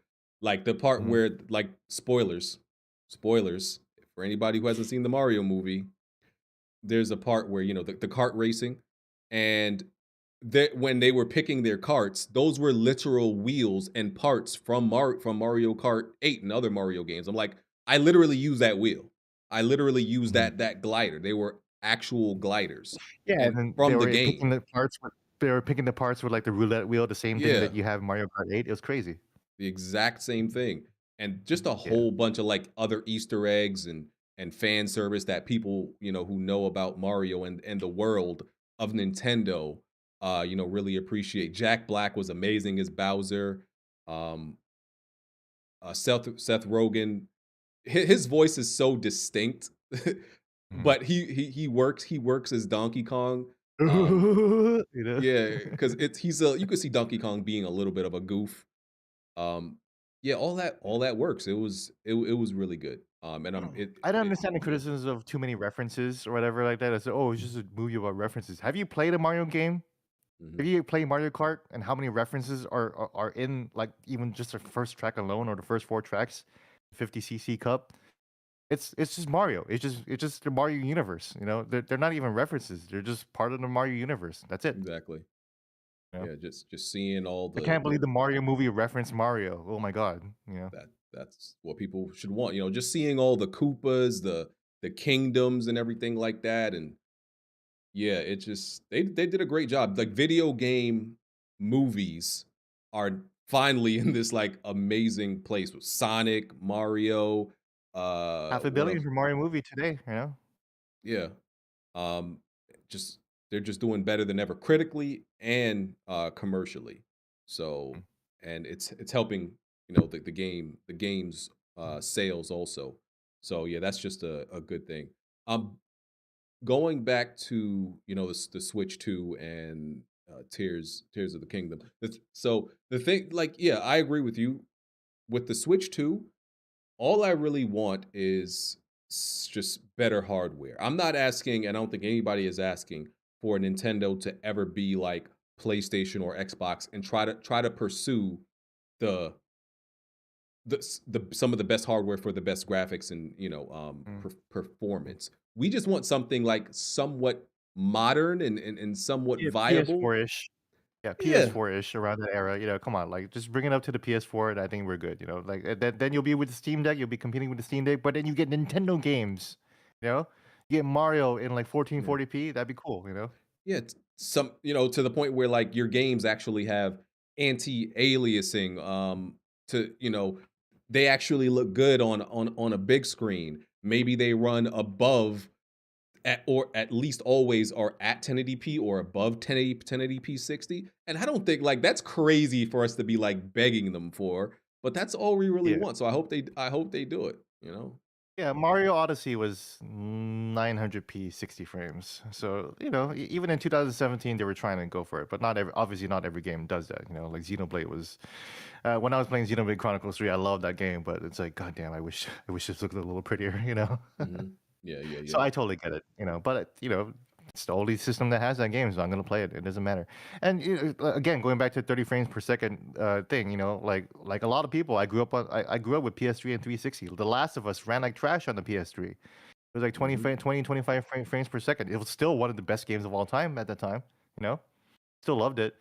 But like I am old enough to like still remember that and still like feel acclimated to that. So like when I play on the Switch, I'm just like I'm just playing a portable 360. Yeah. So I respect Zelda for what it is. I know it's a big deal, huge IP. I'm not necessarily a fan, but I Mhm. absolutely respect it. The thing I don't like about games like I would say the recent like Zelda games, like Mhm, like Breath of the Wild. I don't really like games that put you in a world and just be like play. Like just mm, I don't like the no direction. I guess you could say Elden Ring does this too, and I do really like Elden Ring, but that was because mhm, it's mhm. really just Dark Souls in an open world. So It I had a I little bit more direction than Zelda too, for sure. So, yeah, I feel like yeah. Breath of the Wild just you wake up, walk out this, this cave or whatever, and there's the world. Have at it. I just personally like my games to have a little bit more direction. Okay, what is my purpose here, right? Mhm, And mhm, that doesn't mean I want any game to hold my hand because some people mhm. misinterpret that. Not saying a game has to hold my hand, but I like a sense of direction of what is my purpose and goal. And that's why I think those games, just doesn't really I think vibe with me. Zelda did do it, but I totally see your point about having no direction. Like, that's why I couldn't fuck with Valheim on Mhm, PC, right? Because like Valheim is just like, here, go survive. I'm just like, all right, I kind of need a little bit more motivation to just like explore or whatever, you know. Zelda did that, but I can totally see. But it takes a while for Zelda to really get going, you know. It's a long term commitment. It was really surprising to see. It was also kind of hard too, Breath of the Wild.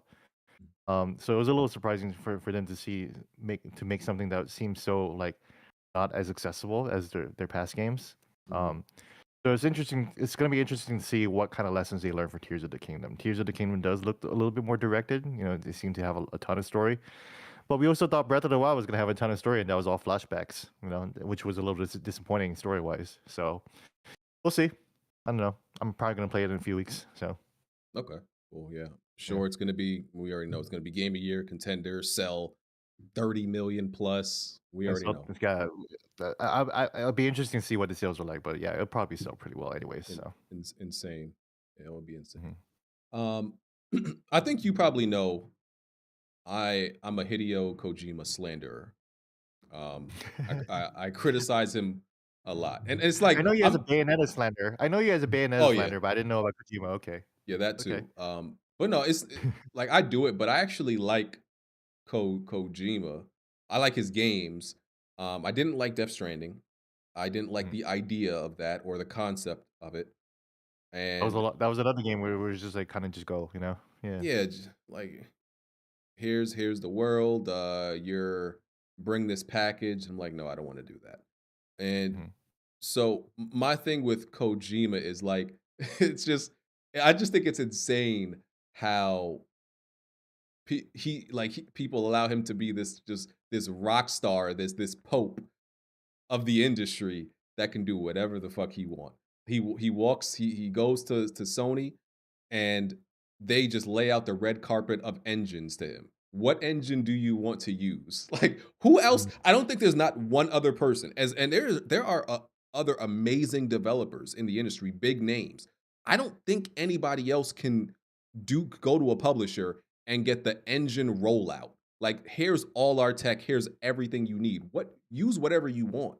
And I'm like, just think Mhm. that's insane. And it's like even at the Game Awards, I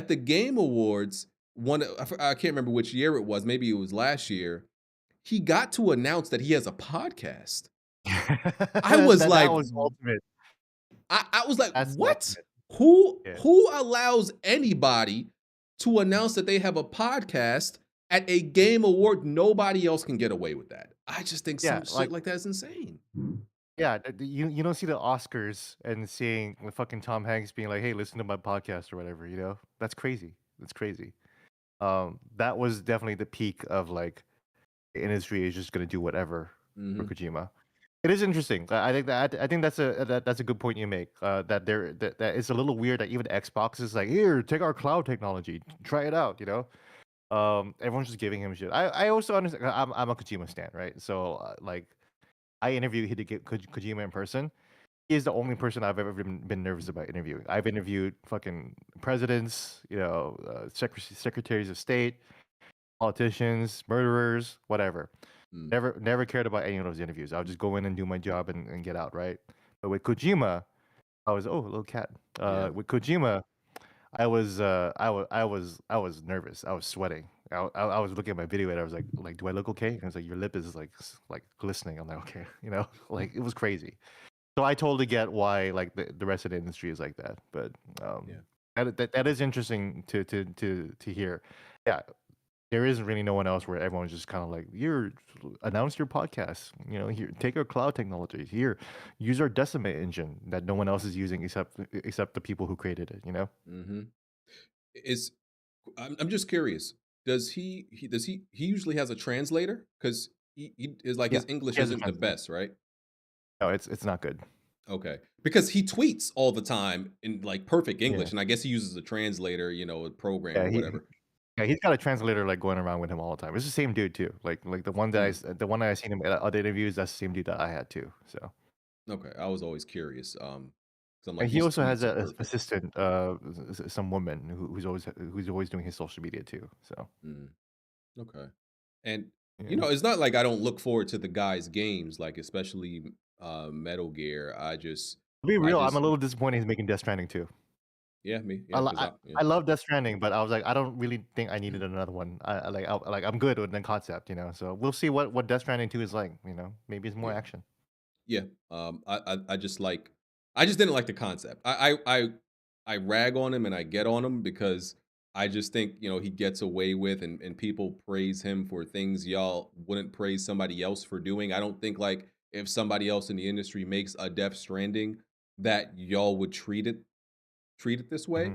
So that's why I get on it. But of course I don't like hate him or anything like that. It's just Yeah, pointing out some stuff. yeah. No, no. I mean, that's what I appreciate you, BG. I probably agree with only like 40% of your takes, Hmm. but I understand almost like all of them. You know, I understand. I usually understand where you're coming from all the time, and I really respect that. You make things really clear, and I can see where you're coming from. You know. Yeah, I appreciate that. Definitely. And one of the reasons I follow you is because I feel like a lot of journalists um, don't let their voice through in their job. I guess they like Mhm. kind of hold back, but I feel like you're just like you're a person who's also a journalist and just speaks. A lot of Mhm. them are kind of I've hold back their I've been a thoughts. journalist for a long time, so I've mastered the ability to just speak in my own voice and be myself. You know, I was a big Hawaii like influencer in Hawaii. You know, Hmm. and I was a journalist, and people would always ask me why don't I hear about any other reporters? Is that because they're not talking as loud as I am? That's it. You know, Yeah, yeah, that's exactly why I follow you. I like to get loud. You know. Yeah. Um, PlayStation and their handheld situation. Mm, So we got rumors about PlayStation is working on a remote play device, the Q Lite, codename Q Lite. It's not a dedicated handheld device. A lot of people are upset about that. Are you a fan of handhelds? Their handhelds? Uh, what do you think about this device that they're coming out with? I love handhelds. I feel like, and I know you don't. Like I watched your video about like not liking handhelds, and I Yeah, I don't understand like that. For me, I like handhelds because it feels immersive. To just like I'm holding a TV to my face. That's dope, you know. But PlayStation, I didn't play PlayStation Vita. I had a PSP, but I skipped on the Vita, which is my fault. I only recently got a Vita like last year. And I started collecting some games for that. And it's an amazing device. It was so ahead of its time, you know, and I think that was part of the problem. Maybe that's what Sony is facing right now with PSVR 2, you know. Uh, with the Q Lite, my take is that it would be interesting if it was better than remote play. Even though even if it's doing remote play, if it can stream better, if it's more connected to the PS5 better, then that'd be cool. And it has to be decently priced. It can't be over $200 because that would be crazy. Like $200 already feels like it's pushing it. Um, but if they make it a specialized device, I don't understand why they got to put haptics on the handheld though, man. That's Mhm. crazy. It's gonna make it so heavy. The dual senses are already so heavy, and the battery sucks. And then you're gonna be running, you know, well, I guess you'll be streaming PS5 content on it, but I don't know. I do think that it's wise of them not to make a dedicated separate device, and I know a lot of people want them to do PS Vita too. I think PlayStation has a history of not being able to support multiple devices, and Nintendo too. You know, that's why the Wii U sucked and the 3DS was thriving because, like, you know, they were able to better focus on the 3DS, and nobody could really develop for the Wii U. You know, and so Nintendo solved that by just mashing the two concepts together, and then now they can only completely commit to one platform, which is great for them. It has been great for them. And it's been great for PlayStation ever since they dropped the Vita and they were able to really focus on the PS4. Um, so I do think that it's very smart of them to not release. As much as I would like one, I do think I accept their reasoning for not releasing one because I think that it would probably be a bad idea. It might be a handheld that's not really that supported because they clearly want the PS5 to be the center, the core of their little ecosystem. That's why you Mhm. still got to plug in the PSVR 2 into the PS5, and that's why this rumored Q Lite by Tom Henderson, I guess, still going to be tethered to the PS5 too. Yeah. I think they need to be careful how they roll this out. The Q Lite. Hmm. You can't roll it out as like this big deal, this premier device, because people are gonna be like, "Why are you doing a grand rollout for something that all it does is a conduit to play PS5 games?" You know, Hmm. I think they have to kind of just kind of pass it off as like literally just an accessory an accessory that okay, maybe you might want this, like something like Yeah. a like that's at PlayStation Direct, like a Yeah, like chart. like like the DualSense Edge controller, right? Like they're not saying that Exactly. that would be your main controller, but like if you want it, there it is, Yeah. and like it's and, like the DualSense Edge is cool Mhm. for a PlayStation, like Exactly. and plus I also love back buttons too, so I need Yeah. that. Yeah. So yeah, I totally agree with you that I think they need to publish it or market it as something that's a peripheral for your Yeah. PS5. Exactly. Like, And I would hope that the remote play experience, because I try remote play on my phone, it doesn't work that well. mm, And I was pleased to hear that the Digital Foundry folks also like recently they also said, yeah, remote play is like garbage for us, and we have like high speed internet too. Because my internet's not bad, and when I tried remote play, I was like, this is not like this is not gonna work, unless it's like a turn-based RPG or whatever like that, right? But for an action game, it just wasn't going to work. So if it's a device that does remote play better and smoother, that's a little bit more tethered to the device, I don't know how they're going to do that. Then it'd be something I'd be interested in for sure. yeah, like don't show this thing off at like, your showcase whenever you have it. Don't show it there because it's not deserving of something like that. Just throw it up in a blog post and be like, oh, it comes out Yeah, this day, this is what it make, does. make a That's it. tweet, make a blog, put out a video on YouTube. That's about it. But Yeah. no, don't make us wait for an appointment to hear about this because Yeah. it's gonna be a flop. So you know. So you said so with your remote play experience, it's bad even like when you're in your house and you're right next to your PS5 and router and all that stuff. It's still bad even like that. Yeah, the latency is still not great, and it's still pretty fuzzy for me too. I don't Mm, I don't know what's going on. I was surprised because like Xbox cloud gaming isn't amazing either, but it kind of looked better, So yeah.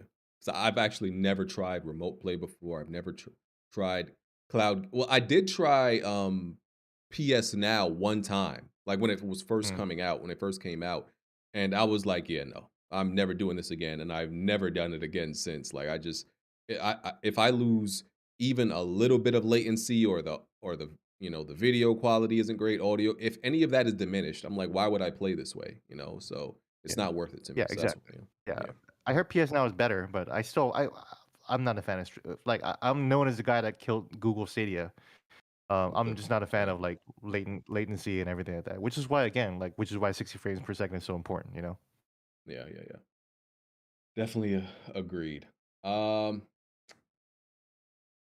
Let me ask you about. Oh well, actually, let me go back to Metal Gear real quick because the rumor Mhm. is that it's being remade. Konami is remaking Metal Gear, but they're starting with 3 because that's when the first one actually takes place in the timeline.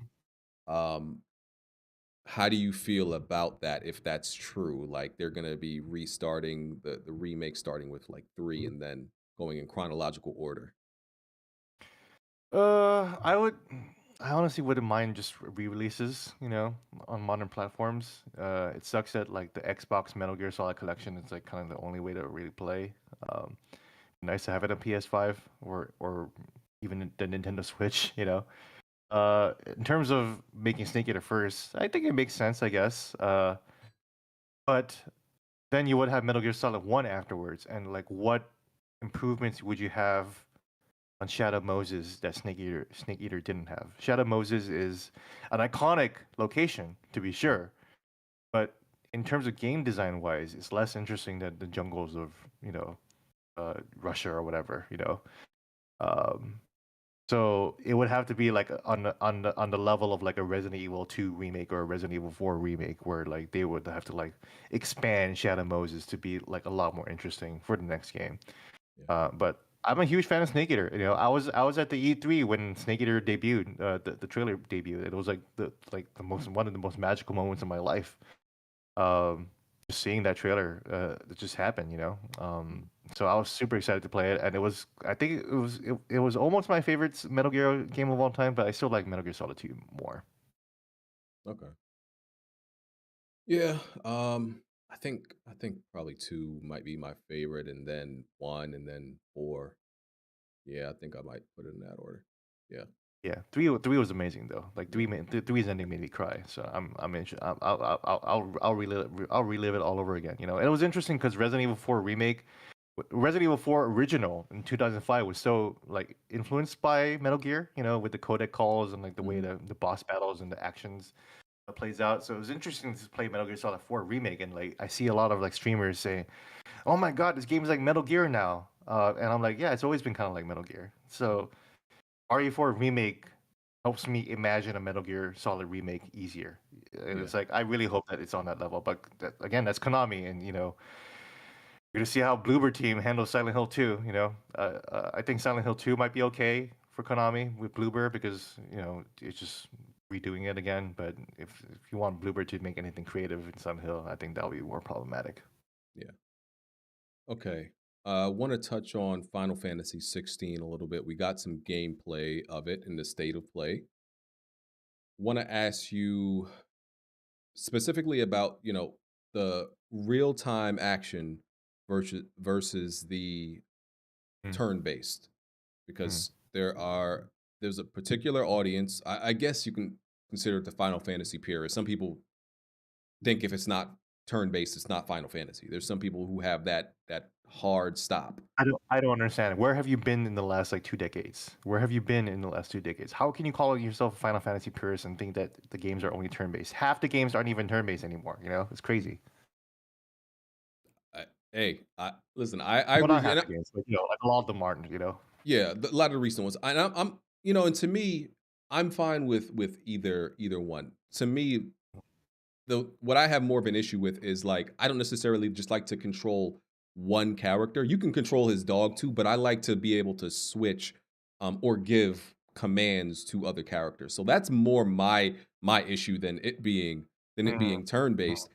And I think they have the numbers and the metrics, telemetry, whatever, to kind of indicate that a lot of people aren't interested in turn-based as much anymore, like in these type of mm. RPGs. Like, yeah, you can argue Pokemon is still huge, and that's technically an RPG, and that's technically turn-based, but It that is. I think that's a little bit different. Um, It you is. know, Because it's Pokemon, and yeah, because everything's so fucking cute. That's why people buy it. yeah, and it's the monster, it's the controlling your monsters, type Yeah. type genre. But Yeah. do you think the reason why they're moving to more real time action is because that's what I guess the newer generation of gamers and moving forward, that's what looks better and that's what they're more interested in? Absolutely, absolutely. You can see the inspirations. I was just on Sacred Symbols Plus. You can listen to it tomorrow, I guess. But I think of Final Fantasy 16 after that incredible state of play. I was like, this looks like the culmination of like every single like Japanese, like amazing Japanese video game idea. You got Z targeting from Zelda, you got action from Devil May Cry, and you got Square Enix. Everything Square Enix is Square Enix is like just shitting out money for this fucking game. It's like so high budget.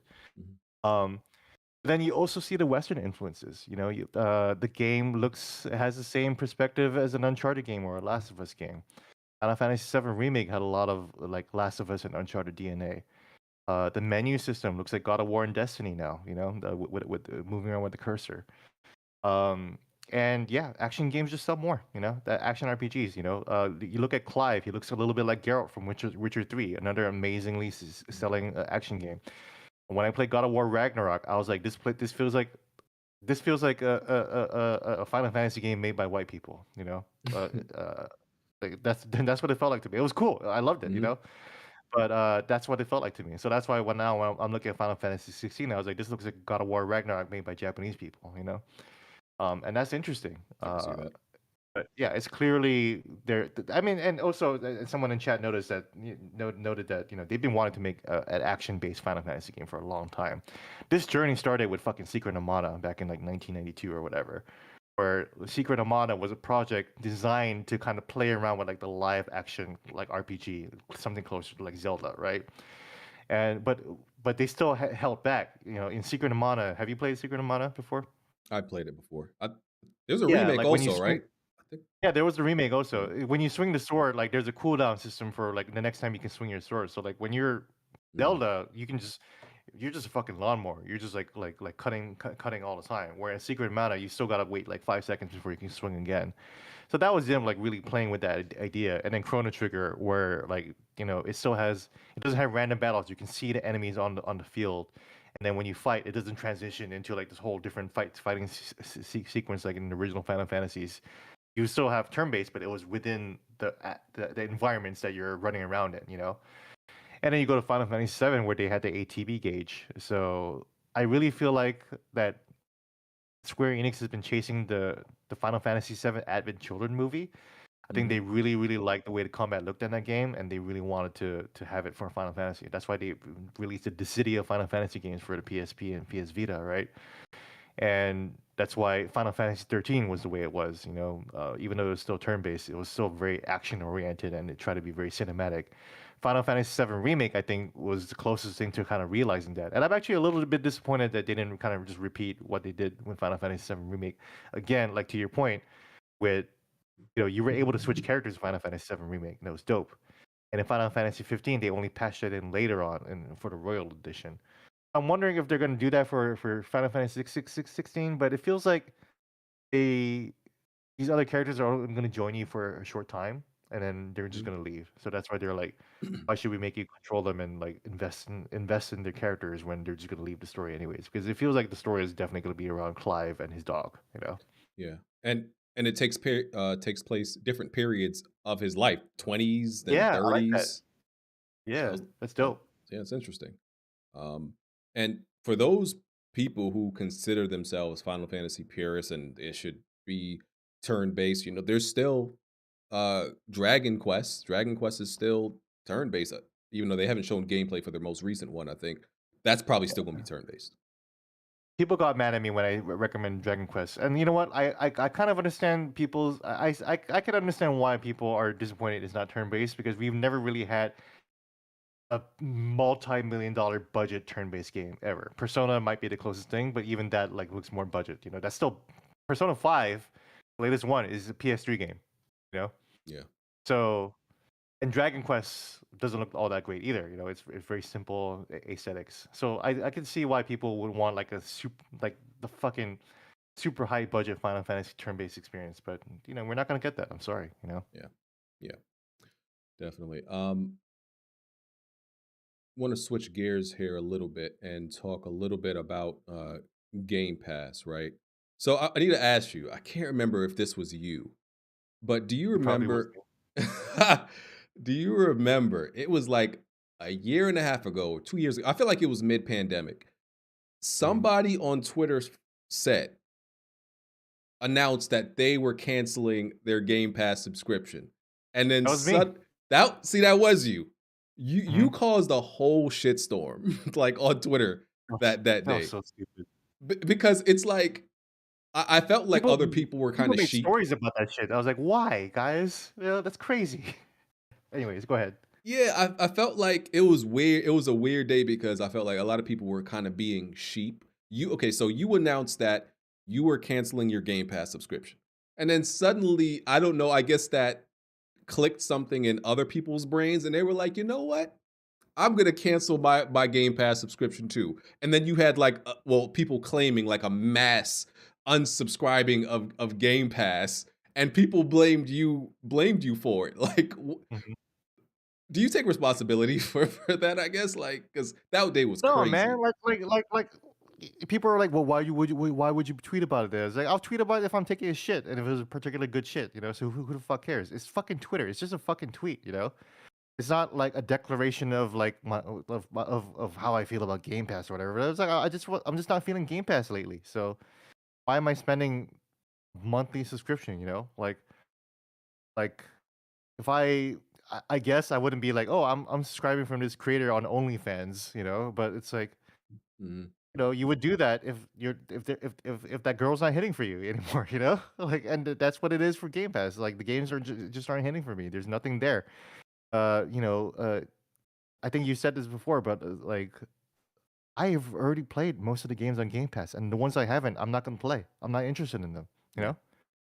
So And people they always keep touting like, oh, well, many people play different games. I was like, yeah, that's true, but like, I'm not that kind of gamer. I want to play what I like. You know, I got limited time. mhm. If I gotta play games for my own entertainment, I'm gonna choose what I want. So it's like the only games I really like on Game Pass are the fact that they have the entire Gears of War series on there. I love the Gears of War series. So I played that, and then once I was done with that, I was like, okay, well, got nothing else now. You know, what am I gonna play? You know, So I assume you League of just. War. Yeah.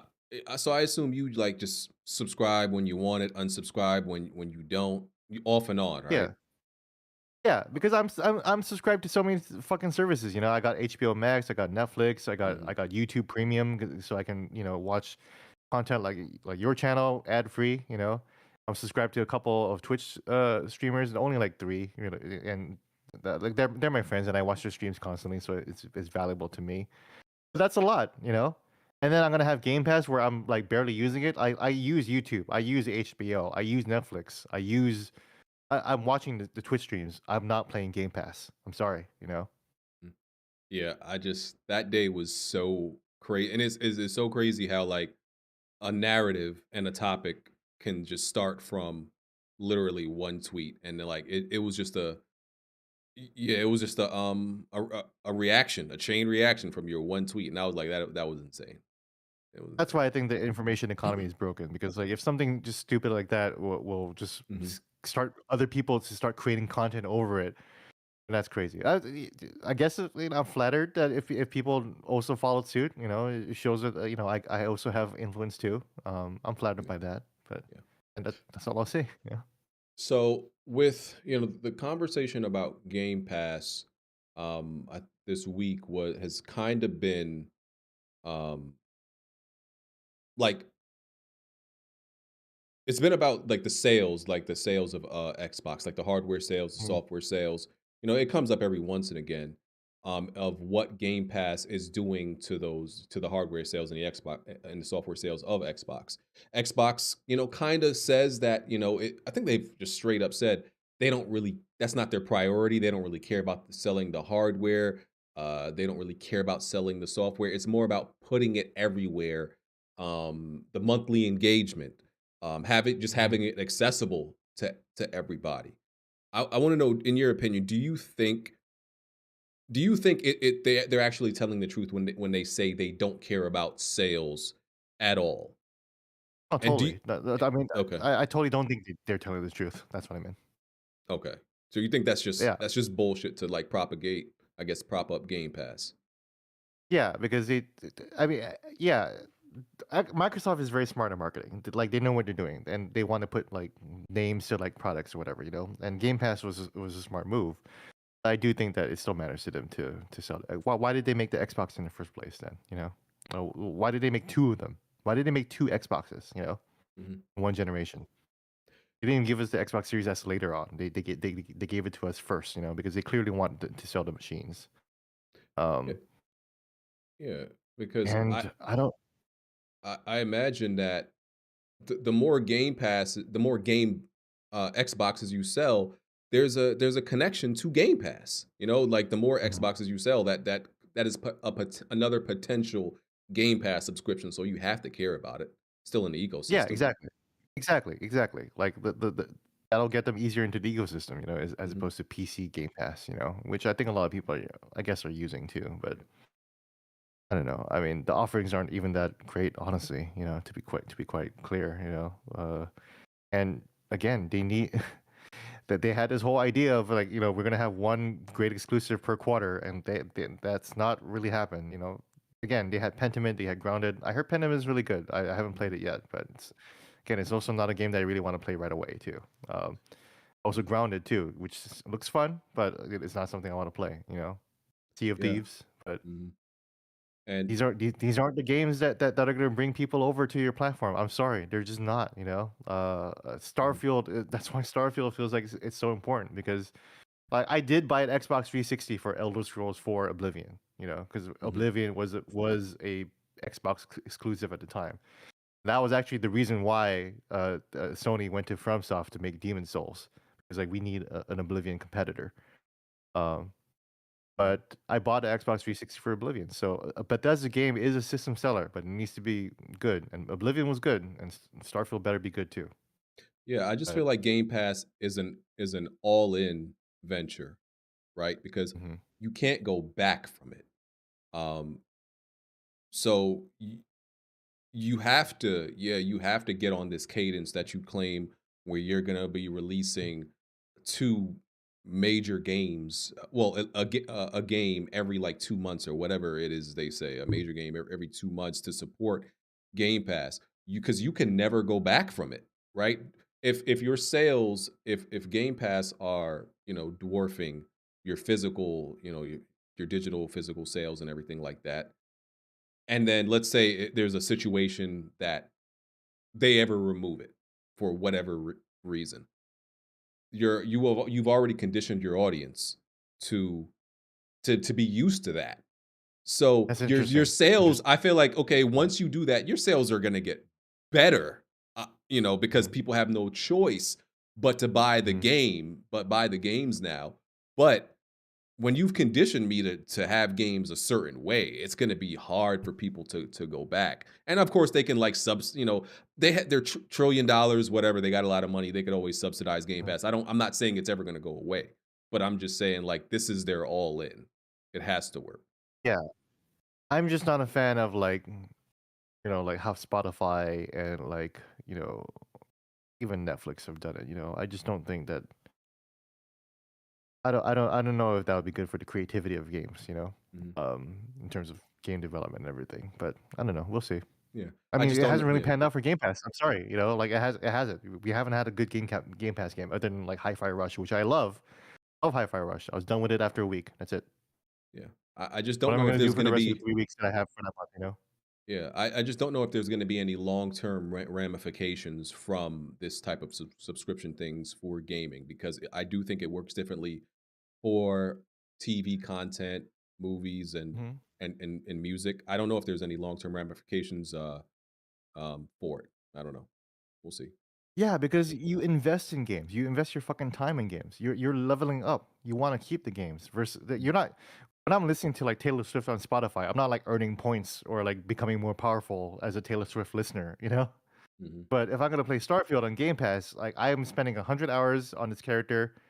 Am I gonna keep renting this game, or am I gonna buy it? You know? Yeah, yeah. Okay. Uh, Resident Evil. Me and you are huge Resident Evil fans. Uh, Resident Evil 4 remake just came out. I'm at like 86%. I'm working on getting the platinum. But I Mm, I gotta say, like, I hate speed runs. I think speed runs, like just the mm, idea and the concept of them, I absolutely hate it. I just don't think it's mm, an enjoyable experience. Like, there's of mm. course the pro speed runners, since the original, they can beat the game in like an hour and 45 minutes. I don't know what the record is. It's something crazy. Yeah, Um, for sure. but I just hate the idea of it, and I hate that they included it in the trophies. For the trophies, yeah. This game is amazing. I've Mhm. beaten it 5 times already, It's a but lot. yeah, yeah. But I just hate the fact that they included speed runs in the trophy list, and I hate speed running in any game. But what's your I guess your brief rundown on how you feel about Resident Evil 4 being that you're such this huge Resident Evil fan? I thought it was great. I don't know, like the great thing about it is that I don't think it replaces the original one at all. Like I feel like if you played this one and you went back to the original, Mhm. like second, if you never played the original, like you'll still find some surprises and some interesting things in the game. Um, I like speedruns only in Resident Evil. I'm not a I don't speedrun anywhere else, but I wouldn't call myself a Resident Evil speedrunner, but I definitely want to at least hit those marks to get the special weapons. And Mhm. unfortunately, the new patch made it so you don't need to beat the game on professional under 5 hours and a half, 5.5 hours with only 15 saves to get the hand cannon. All you have to do is get S rank on mercenaries mode, Yep. and that's easy. This is the easiest mercenaries mode they've ever made, Mhm. which was interesting. Um, so I was stressing about making the professional list, not to get the hand cannon. I'm sorry, to get the cat ears. And I was gonna Right. get the Oh, cat ears to give you infinite ammo to infinite get the ammo. hand cannon. Mhm. Yeah, to get the cat ears give you infinite ammo for every other gun. I was gonna use that to get to get the hand cannon eventually. I just ended up getting the hand cannon, and I was already halfway through my professional run, and I was able to get it under 5 hours actually. And that's the most I'll do in Resident Evil. That I'll just Mhm. speed run enough to just get probably the trophy. I'm not a trophy hunter. I'm not a Yeah. trophy hunter at all. It's not something that really bothers me at all. Like I can understand why you might obsess over it, and for particular games that you really like, you might want to just Yeah. like I get them in my run all. favorite games. Yeah. That's it. Exactly, exactly. So I totally understand that because I've done that too, especially with like uh, I'm old school because I actually like seeing the thousand achievement score in the gamer score in Xbox. Problem with Xbox is that like there's no like real platinum trophy to let you know that you beat the base game. You know, Mhm. they just give you points or whatever. But yeah, I like speedrunning Resident Evil. Like it's stressful. It like I have to commit a day to it where I'm just like, you know what? I'm not gonna do anything today, Saturday. I'm not gonna do anything other than sit down and just really focus on beating this Resident Evil game. Resident Evil 1, Resident Evil 2, Resident Evil 3, Resident Evil 4, any of them in under 4, 5, 3 hours or whatever, you know. Because they usually give you good rewards for it, and I want that, you know. Yeah. What what Resident Evil game haven't you played and beat? Which ones? Are there any? I played them, beat them all. I like All them of them. all. Yeah, all of them. I have not played well, I have not beat Code Veronica and Mm. the 2 Revelations games. Those are Oh, the I'm sorry. ones. Resident Evil 0. I never beat that one. Okay. I gave up on that one because it was trash. So Okay, yeah, like, it's both of the Revelations. I couldn't play both of the Revelations because, they were originally 3DS games, and yeah, they yeah, yeah. ported them to consoles, but it still felt like a really bad, You're janky. handheld You're game. It janky. was very janky. I Yeah. was so mad that they made these 3DS exclusives. Oh my god, this is terrible. I couldn't do it. So I'm so upset because it Yeah, I did beat seem the like it had a Revelations good games, story. but I beat the Revelations games, but only once. Like those were Mhm, games I did not speedrun because I was like, I don't care. I'm not gonna play mhm. this again. I'm sorry. So Yeah, you know, I'm not saying they're bad games. yeah. I beat them, and I had a decent time. But like compared to like the mainline games or the remakes even, which are fantastic, then yeah, I'd rather just play Resident Oh, Evil 2 remake again. and of course, I never beat 6. That's, I you actually like 6. It's widely accepted as, like, the most hated Resident Evil game. I can't do that one either, but you like 6. I in my official Resident Evil rankings, I ranked it as the last one. I I do need your agree that full ranking, by the way, after this, yeah. yeah, yeah, yeah. Resident Evil 4 original. Well, this was before Resident Evil 4 remake came out, but I had Resident Evil 4 as number one, and Resident Evil 2 remake is number two, Resident Evil remake as number three, and the rest is just like whatever. Okay. I think I had Resident Evil 5 at like number 10 or 9 or something like that. But 6 was like at the very bottom because it's not a good Resident Evil game, but it's a sick like John Wick zombie game, you know? Because like if you actually understand the controls, and especially if you play mercenaries, and the game goes crazy. Like you can do Mhm. some crazy things, like sliding on the floor and still shooting at a zombie, and then you get up from a kickflip and you kick them in the face and you suplex them. Like the stuff in Resident Evil 4 remake is awesome, but like there's nothing compared to the stuff that you can do in Resident Evil 6, which is objectively a terrible game. I do agree that it's not a good game. It's a complete mess. The story fucking sucks. It sucks to have to replay 3 campaigns and, like, a lot of the campaigns repeat the same stuff, and the stuff they repeat is, like, terrible, like, the boss fights are terrible.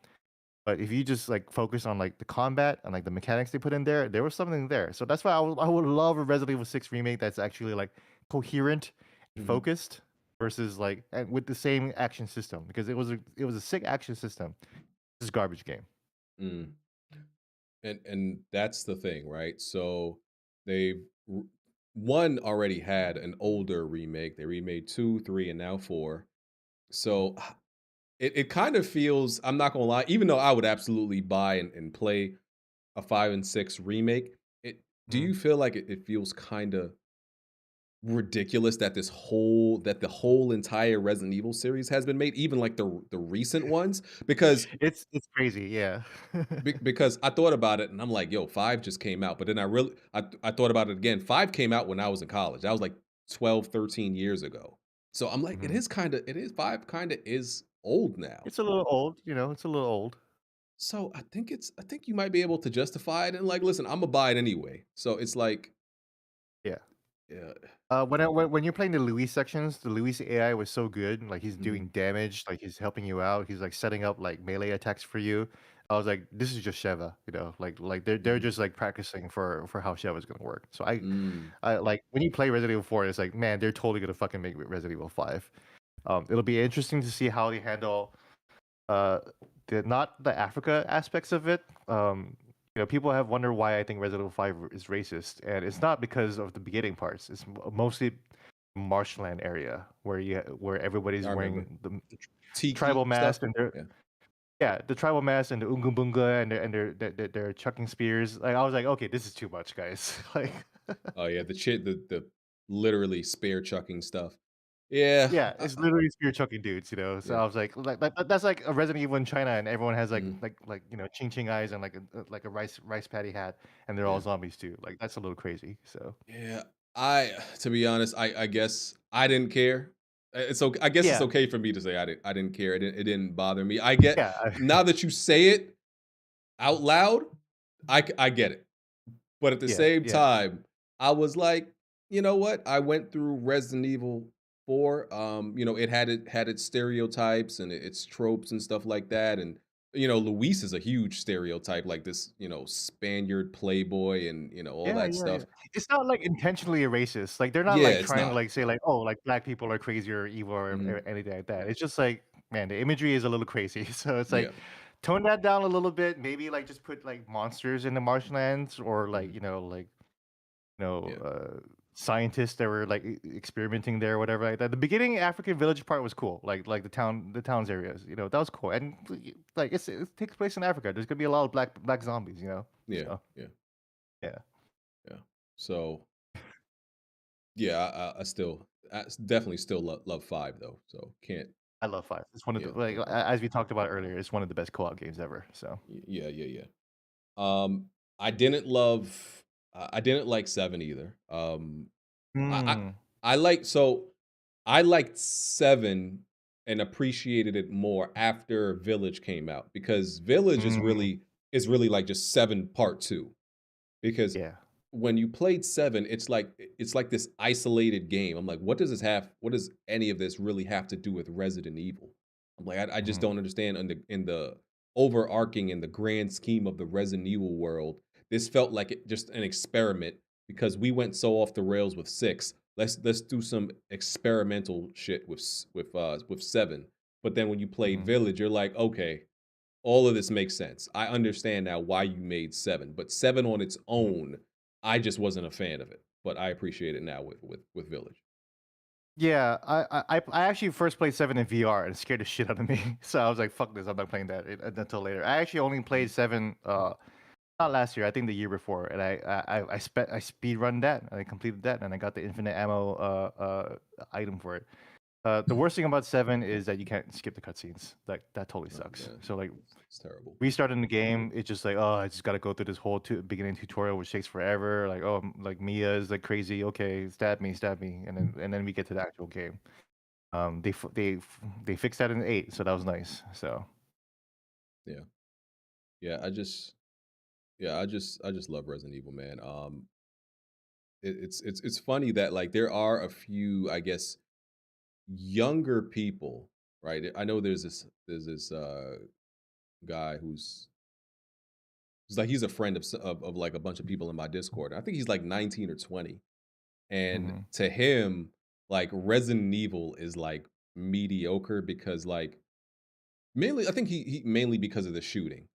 And mhm, I kinda I'm and before when he said that, before I knew his age, I'm like, "Yeah, you gotta be young." Because I mhm, think they to them, shooting mechanics, like, they can't understand why Resident Evil, plays like this. mhm, A lot of people mhm, even like try to go back to original 4 and just standing still and the aiming and everything like that. Like yeah, I can get it. Like if you didn't play through all of them and like one of these are your first Resident Evil, I can kind of understand why they judge it from totally. that. They're just young pricks. That's what I say. Yeah, yeah. Yeah, totally. I think when Resident Evil Village came out, there was this really funny clip of mocking a Call of Duty player trying to play Resident Evil Village for the first time, and it's just like Oh you god. just hear the clicks, and it's just like zooming all over the place. It was hilarious. It was really Mhm. hilarious. Playing And then like a you see Twitch the shooter. clips of Resident Evil Village in PSVR 2, and like this guy is like going crazy, like doing like juggling things, and like juggling the knife and the gun together, and like just punching zombies. Look, I have a PSVR 2, and I haven't picked it back up since the review period. But when I get some time, I'm definitely gonna sit down and play Village again in VR. So Yeah. I have a PSVR 2 also, and I've mainly been playing it, stuff like Pistol Whip and the Creed mhm, boxing game and Synth Rider. Those are the experiences like I play almost like three times a week. It's mhm. actually not like Why? the AAA stuff that has VR versions. Like Mhm. I haven't like I'm going to eventually, but I haven't tried Resident Evil in VR or I don't like racing games, but people telling me I should try Gran Turismo. Even I Mhm. have Call of the Mountain, but I'm be honest, I think Call of the Mountain has way too much climbing. I don't know what the fuck they were doing with all that God, climbing. I played it. It's interesting, but I'm not Yeah. finishing that shit. So I'm Yeah. sorry. It's the And I don't really care about the story. I don't care simple. about the story at all. Yeah, Yeah. to me, it's the really simple VR experiences that I like the most. Just the simple shit, point and shoot, um, punch. I like the simple shit. To me, that's the best Yeah, stuff. yeah, yeah, exactly. And like Call of the Mountain is trying to mask all the simplicity with like all this fancy climbing and everything like that. But it's also really a simple game too, you know. But Yeah. so much friction. There's so much like, storytelling that they're trying to tell, which is not that interesting. You know, I'm looking forward to Burning Shores. I'm super looking forward to Burning Shores. Oh yeah, definitely. Actually playing Horizon Forbidden West right now, in New Game Plus to try to, like it's nice to revisit that game without Elden Ring fucking stepping on my neck and saying, "Play me," you know? Hmm. Um, and so it's been nice to like I always that happened with Horizon and Zelda back in the day, and like when I Yeah, played Horizon later, I was like, I love this game. It's great. It's a game. yeah, This game's great. So yeah.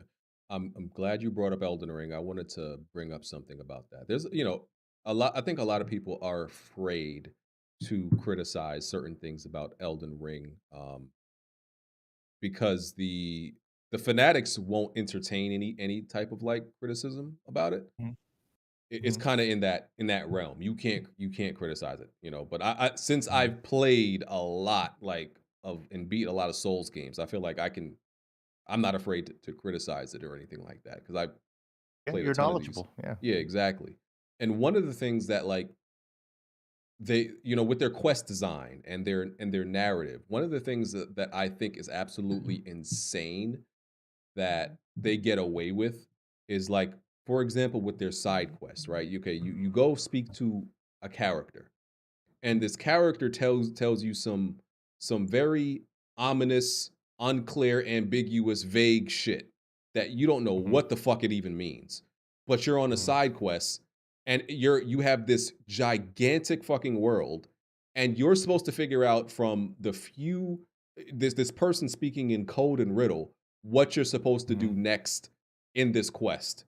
And I just think that's such bad like game design. Like I'm mhm, like, how do they get away with this? Because I don't care what anybody says. 99.9% of people look up those quests and what to do. Nobody, there's no fucking way you're listening to like the NPC, what the NPC says, and you're Mhm, figuring out that you have to go on the other side of the map, go in this random dungeon, and oh, there's an mhm, NPC in there, and you have to speak to them 5 times before they give you the next. mhm. Like, how did they get away with doing? Like, I feel like this. If anybody else did that, they would just get Yeah. crucified for it. I feel you. I think Elden Ring was a little too much, you know? Like, Elden Ring is not my favorite Souls game. Me either. It's not. I rank it number 2 just because of the sheer massiveness, but it was too fucking big, honestly. And yeah, the side quests were very vague. I like that, but it works better in like a Dark Souls area where it's like, okay, It's we not as we big. Yeah. know that there's only a few areas that we can go to, right? Mm. So like when they were actually less vague in Dark Souls, even though Elden Ring has a more straightforward story. But like in Elden Ring, some woman gave me some fucking grapes, and I was supposed to do something with that. I'm just like, what? I don't think I've ever finished that side quest actually. You know, the grape side quests. You know, because I don't understand it. I don't look this up because I want to figure it out for myself, and I just never figured it out. Um, I think there's another quest about the guy who doesn't even say anything, and you're just supposed to like go to like this random cliffside and fight him there. You know, Mhm. um, I I do think that you're not meant to do all that stuff, but it does feel unsatisfying when you get one and you don't know what to do. I totally get that. Um, I do not want an Elden Ring 2 for a long time. Like I've I said the don't same think that thing. yeah, I don't want another fucking Elden Ring. I'm so happy that their next game is Armored Core. Like I'm so glad that it's not another Souls game. And I am like Elden Ring was too much. Give me Elden Ring 2 maybe in like a decade or 5 years later when I'm 50 years old. Yeah. Yeah.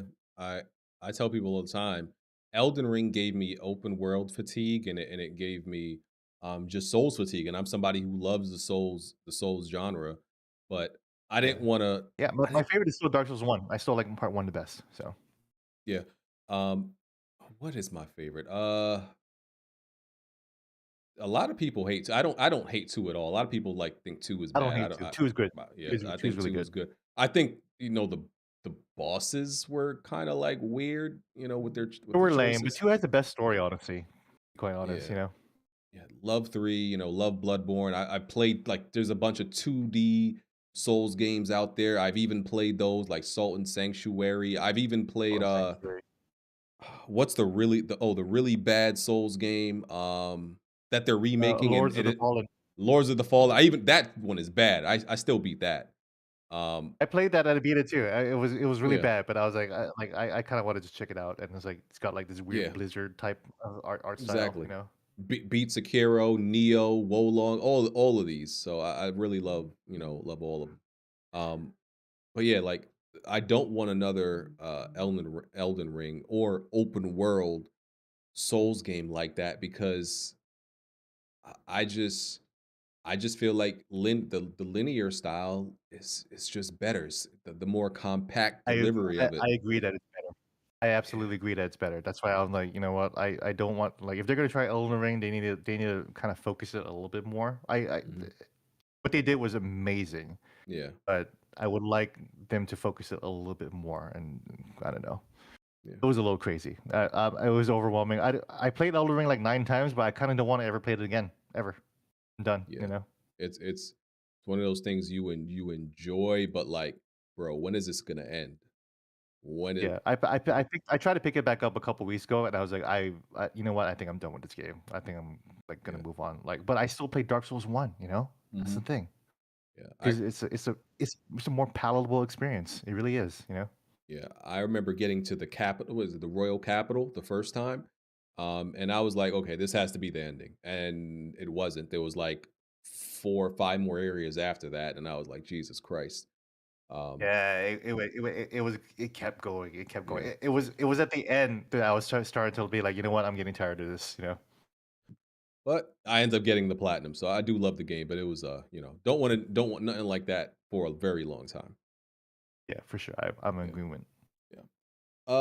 I'm gonna look in my. So I asked people in my Discord to submit some questions that they might want to Okay. ask you. So um, gonna pick. Gonna pick a few. So, okay, S blanks in 95. How has video games journalism changed over the years? You said you haven't been in it like super long, but Mhm. since you started, how would you say it's changed over the years? I don't know, man. I so much of it has so much of media consumption has gone to the creators, Hmm. and the creator economy, content creators. It feels like people don't really go to these websites anymore. Like I remember I used to bookmark IGN.com on my Netscape Navigator, Explorer, Hmm. whatever browser. But I don't fucking do that anymore. I might click on an IGN story every once in a while, but I don't mean to pick on IGN. I do the same for the Washington Post, my literal employer. I don't Hmm. go to the Washington Post homepage to find out what's going on. I don't go to the New York Times to find out what's going on. Um, yeah, that to me is like the biggest change in games journalism. The fact that it's so much of it has been supplanted by content creators. Mm, okay. A lot of content creators rely on games journalism, to be fair.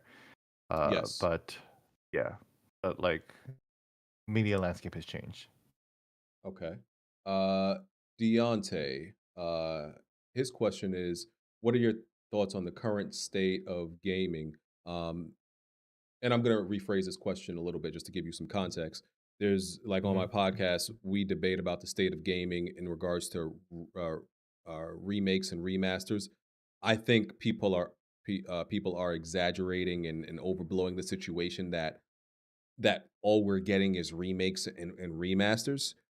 I think That's there's not true. plenty I think there's plenty of good games that are not that, and they're the majority, but they Hmm. feel like, "Oh, those are the remakes and the remasters are the best games, and that's all we're getting." Hmm. That's not true. And the way I look at the Resident Evil remakes is that they're just honoring their legacy, and Resident Evil remakes are on a different level altogether. They're like on a different tier of like, Dead Space remake almost hit that tier, because it was excellent.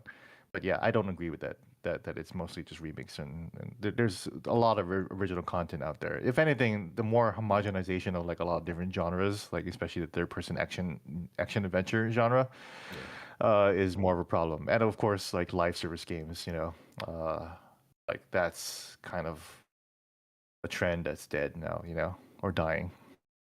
Let me ask you about live service games then. Mhm. So there's been, a live service, like a mini live service game apocalypse. Like in one week, there was like 8 announcements of live service games that were dead or shutting down rather.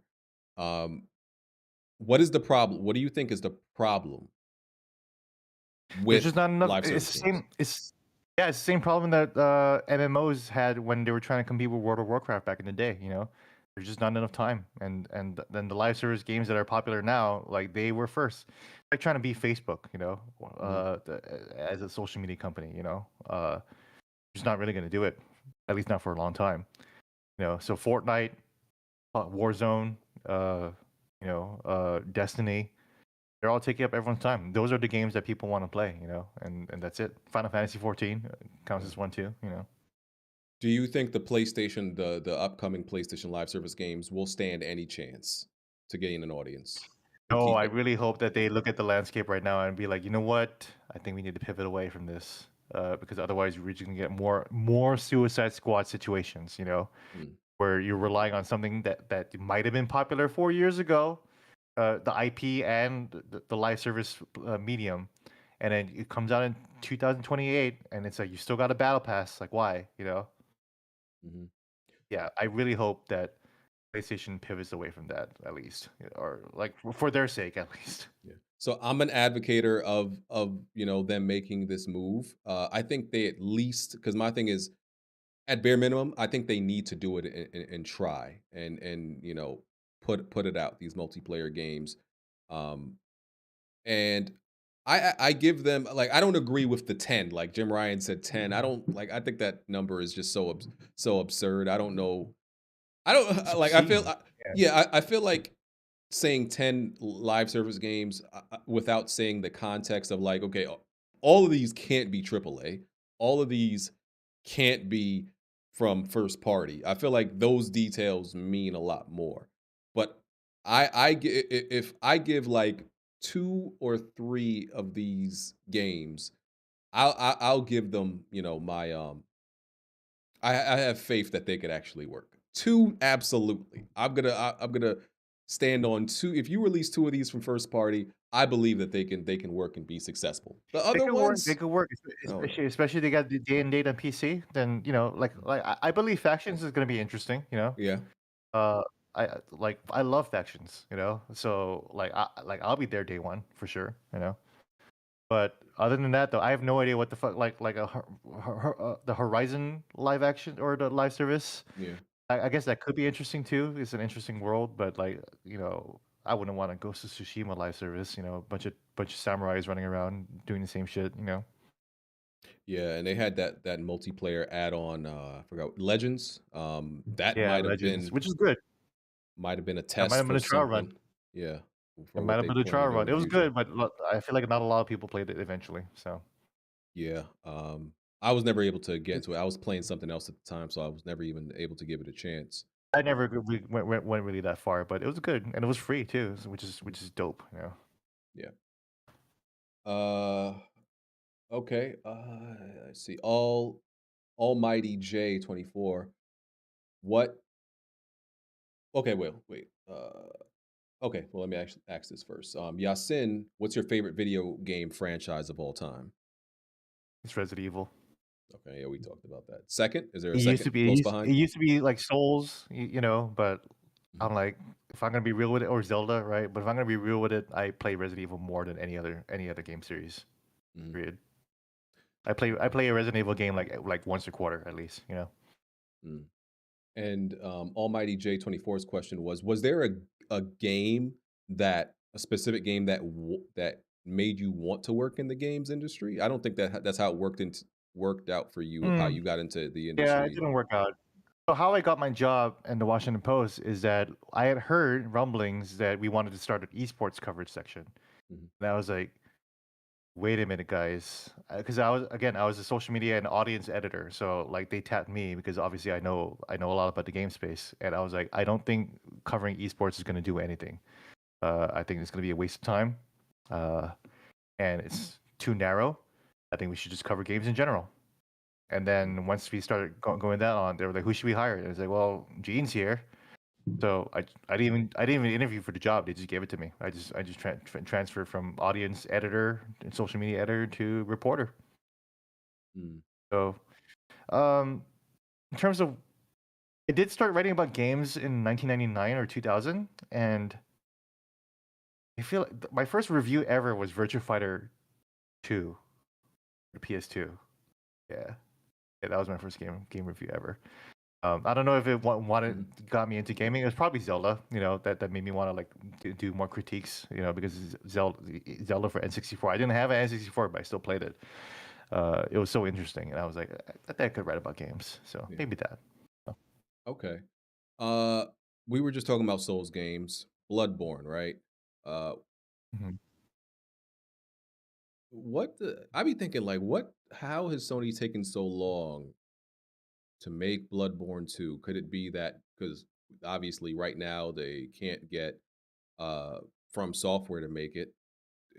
If it Mhm. happens, it doesn't seem like it'll be from software, but they have to be looking at the success of Elden Ring and being like, we need to put out Bloodborne 2. Even though They Bloodborne have to. 2 is not Elden Ring, the residual growth of the Souls market, you would get some of that benefit if you put out this game as the next Hmm. big Souls game. So it's like I don't know who would be making it. Do you like what are your thoughts on Bloodborne 2? Bloodborne people been begging for anything Bloodborne. The PC remaster, anything. Yeah. I mean, that's such a that's such a gimme. That's such an easy win. You know, I can't imagine that they Elden Ring was such a like a dynamic shift for the industry, so much so that even people who don't like Souls games felt like they had to play it. You know, Bloodborne didn't sell all that well, Then two unfortunately, 3 million. 2 3 million or whatever. I think so. But it's not bad, right? But if they release that it would easily hit like I think it would easily surpass like the original game's like lifetime sales because there's so much interest in it. Elden Ring was a gateway for so many people, you know. Mhm. Now that people like actually Elden Ring help people understand Souls games better, so now that they have that knowledge, they can probably go back to Bloodborne and feel like, okay, you know, I get this now, and people are always hyping up about Bloodborne, so people, I feel like everyone is going to be curious about Yeah. finally trying this game. Okay. Only got a few more questions, and it's been great. Don't want to keep you Yeah, too for sure. long though. I have to go dinner with my girlfriend soon, so Okay, yeah, I'm gonna let you go soon. What do you think? Do you yeah. care about games preservation? I do, I do. It's why if you see behind me, I have a bunch of like Switch games because I buy on physical media because I'm old school like that, and I thought about that. I don't feel the same way about music, you know. And I used to love like music used to be like my life, but like I'm not out here collecting CDs and cassette tapes and vinyls for music. It, again, kind of goes back to my point about how much time I invest into games. Uh, if I am spending 100 hours on a thing, I want to be able to keep it in some kind of form, you know. Um, and also, like we're just the worst in terms of preservation. You know, the music is always re-releasing remasters of old albums. Movies are always being re-released on 4K UHD.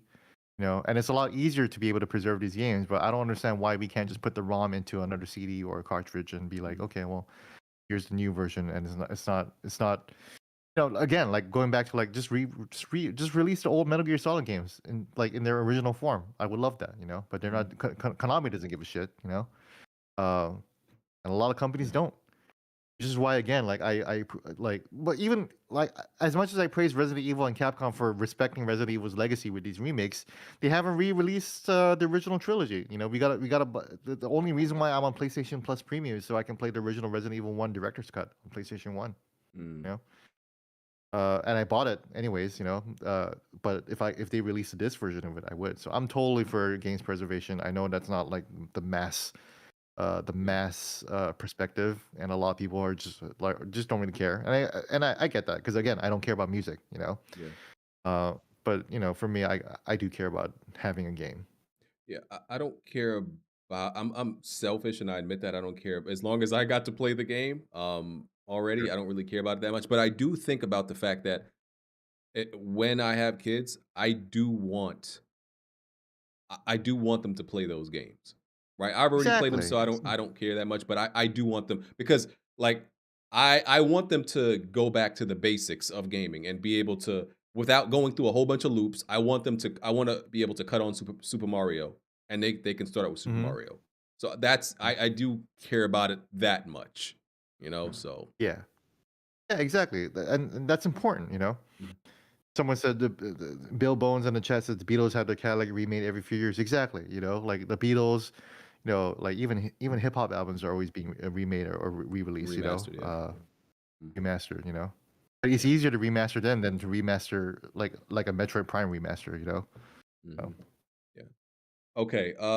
Last, I think the last thing I'm going to ask you is okay. So I remember you talked about Killer Instinct in mm. the, I guess the ranking of fighting games, and in regards to the FGC, because I think this started out with a conversation regarding Paris, and Paris, yeah, yeah, and he was speaking to, I think he was on Kind of Funny Games Cast or something like that. kind of funny. He was speaking with Gary Whitta, who knows fucking nothing about games, even though he covered PC Gamer back in the day. But you know, he's not caught up. You know. Yeah. So, and they were just talking about, I guess, the importance of Killer Instinct in comparison to other fighting games. So Mhm. so I think he kind of said like it just Killer Instinct is just isn't that big of a deal. And I think what I agree with is like if you put it up against Street Fighter, Mortal Of Kombat, course.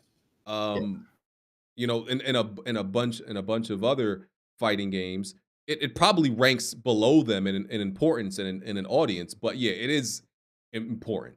I guess you would say. But I know Yeah. you felt strongly about the game. A lot of I'm not a huge Killer Instinct guy, but I understand that Killer Instinct has a special place in the FGC community, which is a niche community. It says something when the most popular fighting game of all time is Super Smash Brothers. Mhm. Period, bar none. Street Fighter doesn't even fucking come close to Super Smash Brothers. But yeah, you're right in the order of ranking of things. Killer Instinct is not as much of a priority as the Street Fighter 6 or Mortal Kombat 12, whenever they come out with that. Whenever they announce the next Mortal Kombat, that's gonna be crazy. So I can't wait to see that. Yeah.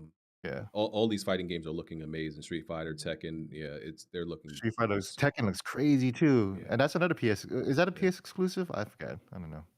No, no, no, no. They're all Yeah, maybe not. yeah, yeah, yeah. The fighting game situation is looking just very healthy. Okay, if you could have from Naughty Dog new IP or Last of Us Part 3, what do you choose? That's a tough question. Um, I didn't want a sequel to The Last of Us 2, and then I played it and I was like, okay, I see why they did it. I really like the game. Um, I For me personally, I would love a Last of Us 3, but I kind of wish that Naughty Dog would kind of get away from the grimdark Mhm. storytelling. Naughty Dog, they're fucking called Naughty Dog for fuck's sake. Uh, eh, we're supposed to take a game company like that seriously. I guess we do because they make serious games, but they're forgetting where they come from. Um, and it would be fun to see a Naughty Dog game that's like fun and exciting and colorful, and everything. But I don't know. I mean, I feel like it's gonna be hard because The Last of Us is such a big deal now, and Neil Mhm. clearly wants to do another. He wouldn't be talking about Last of Us Part 3 being a possibility if it wasn't a possibility. Yeah. So like he'd be crazy to mention that just out of nowhere. So I feel like The Last of Us Part 3 is definitely coming. So Okay. not my preference, but again, I mean, what the fuck is it gonna look like? Like if we're gonna control Abby, I don't know how well that'll go down. If Abby is the main Mhm. character. Abby is a character I enjoyed and I liked, but even for me, I don't know if I would want to play Last of Us Part 3 as Abby or Lev. No, I wouldn't want to. I would be very excited to see them. Of course, they have to be involved in the next story, but I don't want to Yeah, play. And absolutely. and I'm opposite of these like Abby haters of like they hate the character and hate everything she stands for. I'm opposite of them. I'm like you. I think y'all are just like like bitching and complaining a whole lot. But I don't necessarily For sure. want to play as her in the third game. I just No. you know No, I like her as a character. I yeah think she did a good. I think she did what she had to do in part two. yeah And I would like to see them in part three, but mhm, not as the main character. Uh, right if it's gonna be Ellie, I'd be down with that. If it's someone agreed else, I'd be down with that. But I wouldn't want Abby. No, please. agreed We already went through so much with her already. So yeah she's finished her arc already. Ellie wasn't finishing her arc because we ended with okay at the end mhm, of Last of Us Part One. Ellie was only the beginning of her arc, and Last of Us Part Two was mhm, like finished it. But Abby already finished her. We had like fucking 8 hours, like 10 hours of Abby in Last of Us mhm, Part Two. That's crazy, you yeah know. My one of my favorite playthroughs of Last of Us Part Two is I'm Dante. Do you know him? I am done. Oh, Dante the Gaming. streamer, Yeah, Yeah, the yeah, streamer. Yeah, yeah. yeah. And like his stream was so hilarious because like he was having a good time up until the Abby part came in, and like his stream is just basically like 10 hours of just bitching and complaining about Abby like nonstop. He would not stop, and he would like throw Abby off a cliff, like get her shot. That's At hilarious. the final boss spoilers, she would just he would just get Abby shot by the final boss Yeah. of her section. Mhm. It was just the funniest thing, and I just don't think that like an Abby game is gonna go down well. Yeah, agreed. Jane, I want to thank you, just for lending your time to do this interview that Yeah, we've been talking about for a while. It's been, great, amazing conversation. Um, thank you. I appreciate Appreciate it. you Mhm. giving me your platform. That's incredible. I listened to your streams. I think you had a recent stream where everybody was ganging up on you. I don't even know what that was about, but it was fun to listen to. Oh yeah. I Uh, I argue with you know, I my podcast members about every fucking thing. So yeah. Yeah, that's interesting. That's exciting. I we hear so many podcasts where everyone's just kind of agreeing with each other. So it was interesting to find a podcast where like everyone is just like violently like talking shit to each other. Yeah, that's us. That's And us, man. like I said, like I might not agree with a lot of your takes, but I appreciate your perspective. Like I can understand where it comes from, and it's Yeah, very clear, and that's what separates you from like everyone else, I think. So I yeah, appreciate you giving me your platform. yeah. Thanks, man. Appreciate that. Yeah, go enjoy dinner with your girlfriend, man. Thank you once again. Chat. Appreciate everybody watching. Yeah, Gene Chad, Park. thanks so much for watching too, man. All right. We will catch y'all later. All right, All right. should I just click off here or? Yep.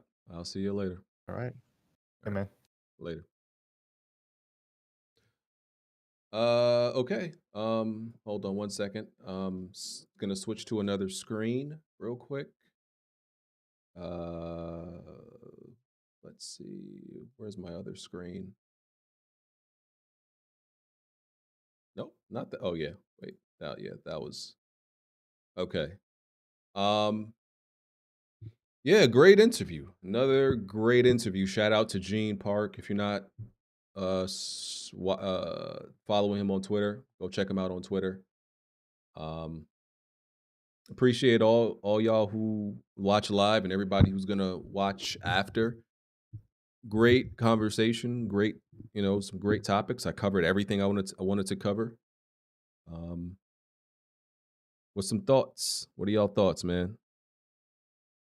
Quick thoughts before I get out of here. Yeah, I want to interview more people. I do have there is somebody else I have in mind to interview that I know would say yes. Um, so I'm probably gonna hit them up. Little Trey 15, appreciate the super chat. Thank you. So I'm gonna hit them up for an interview sometime down the line. It'll probably be like towards in a few months. It won't be like any like super soon or anything like that. Just in a few months. Yeah, I want to speak to more game developers, right? I definitely want to speak to more game developers. People in the gaming media, I would say they're pretty open and easy to get in contact with and just talk to see if they're interested in doing an interview and sharing their thoughts on stuff. Developers are a little bit more hush. It's funny. I actually had an easier time doing interviews, getting developers on before, like years ago. Because remember, I got the president of Psionic Games. Psionic Games, they're developers of Rocket League. We had him on Weapon Wheel like years ago. He was vice president then. He's left now, but great guy. He came on the podcast and we interviewed him. Um, I interviewed the lead gameplay designer at Techland Games. That was years ago. But now it's funny when you I don't know why, but like when you contact these developers, yeah, it's NDAs and developers, they want to keep things hush. They don't want to talk too much about their games. Now, things have shifted. I think that's what it is. Things have shifted. They don't want to talk too much about their games before a certain time. They don't talk about their games too early. Um, but yeah, I've reached out to a bunch of developers, even like small studios. Like I try to reach out to the small studios, like to try to get interviews with them. Still kind of rough. It's still kind of hard, but um, we gonna, you know, we gonna start out where we can. We gonna use what we can to do these interviews because like I said, I enjoy doing this. Anybody could get. I don't mean this in a bad way. David Jaffe goes everywhere, and I could get David Jaffe, and I do plan to talk to David Jaffe because even though he's been on Weapon Wheel, we've had interactions. I've never actually done a one-on-one interview with him, but I don't plan to talk to David Jaffe, like have an interview with him again until this Twisted Metal game comes out. We know this Twisted Metal game is in development, right?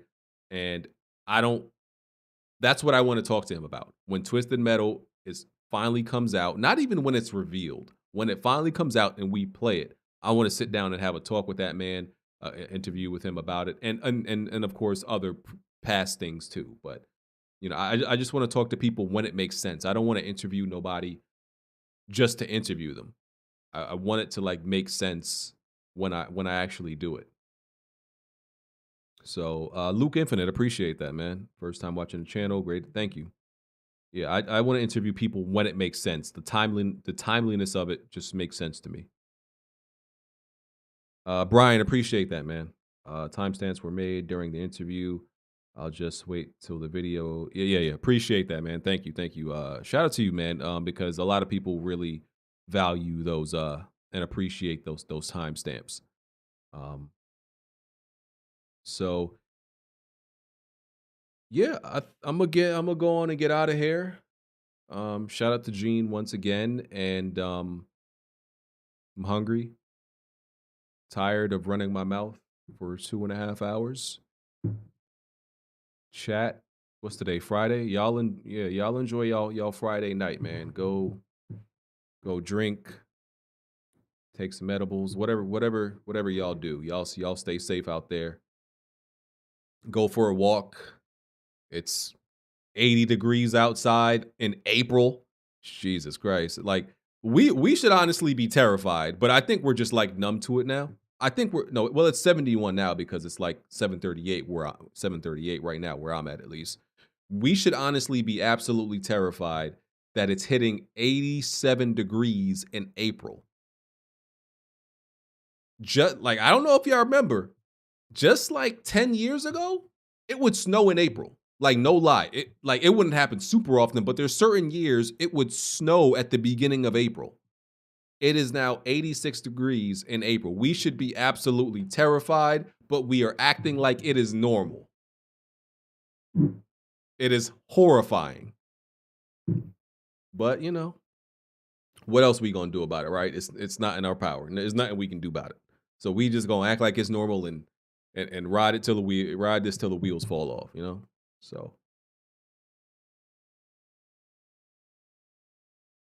So yeah, y'all enjoy y'all Friday and this good weather.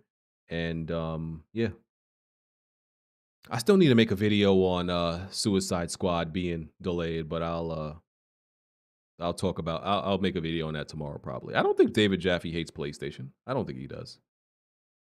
There's certain things he doesn't like about them. There's a lot of things he doesn't like about them now, but I don't think he's like mad at them or anything like that. So yeah, I'm out, y'all. I'll catch y'all later. Peace.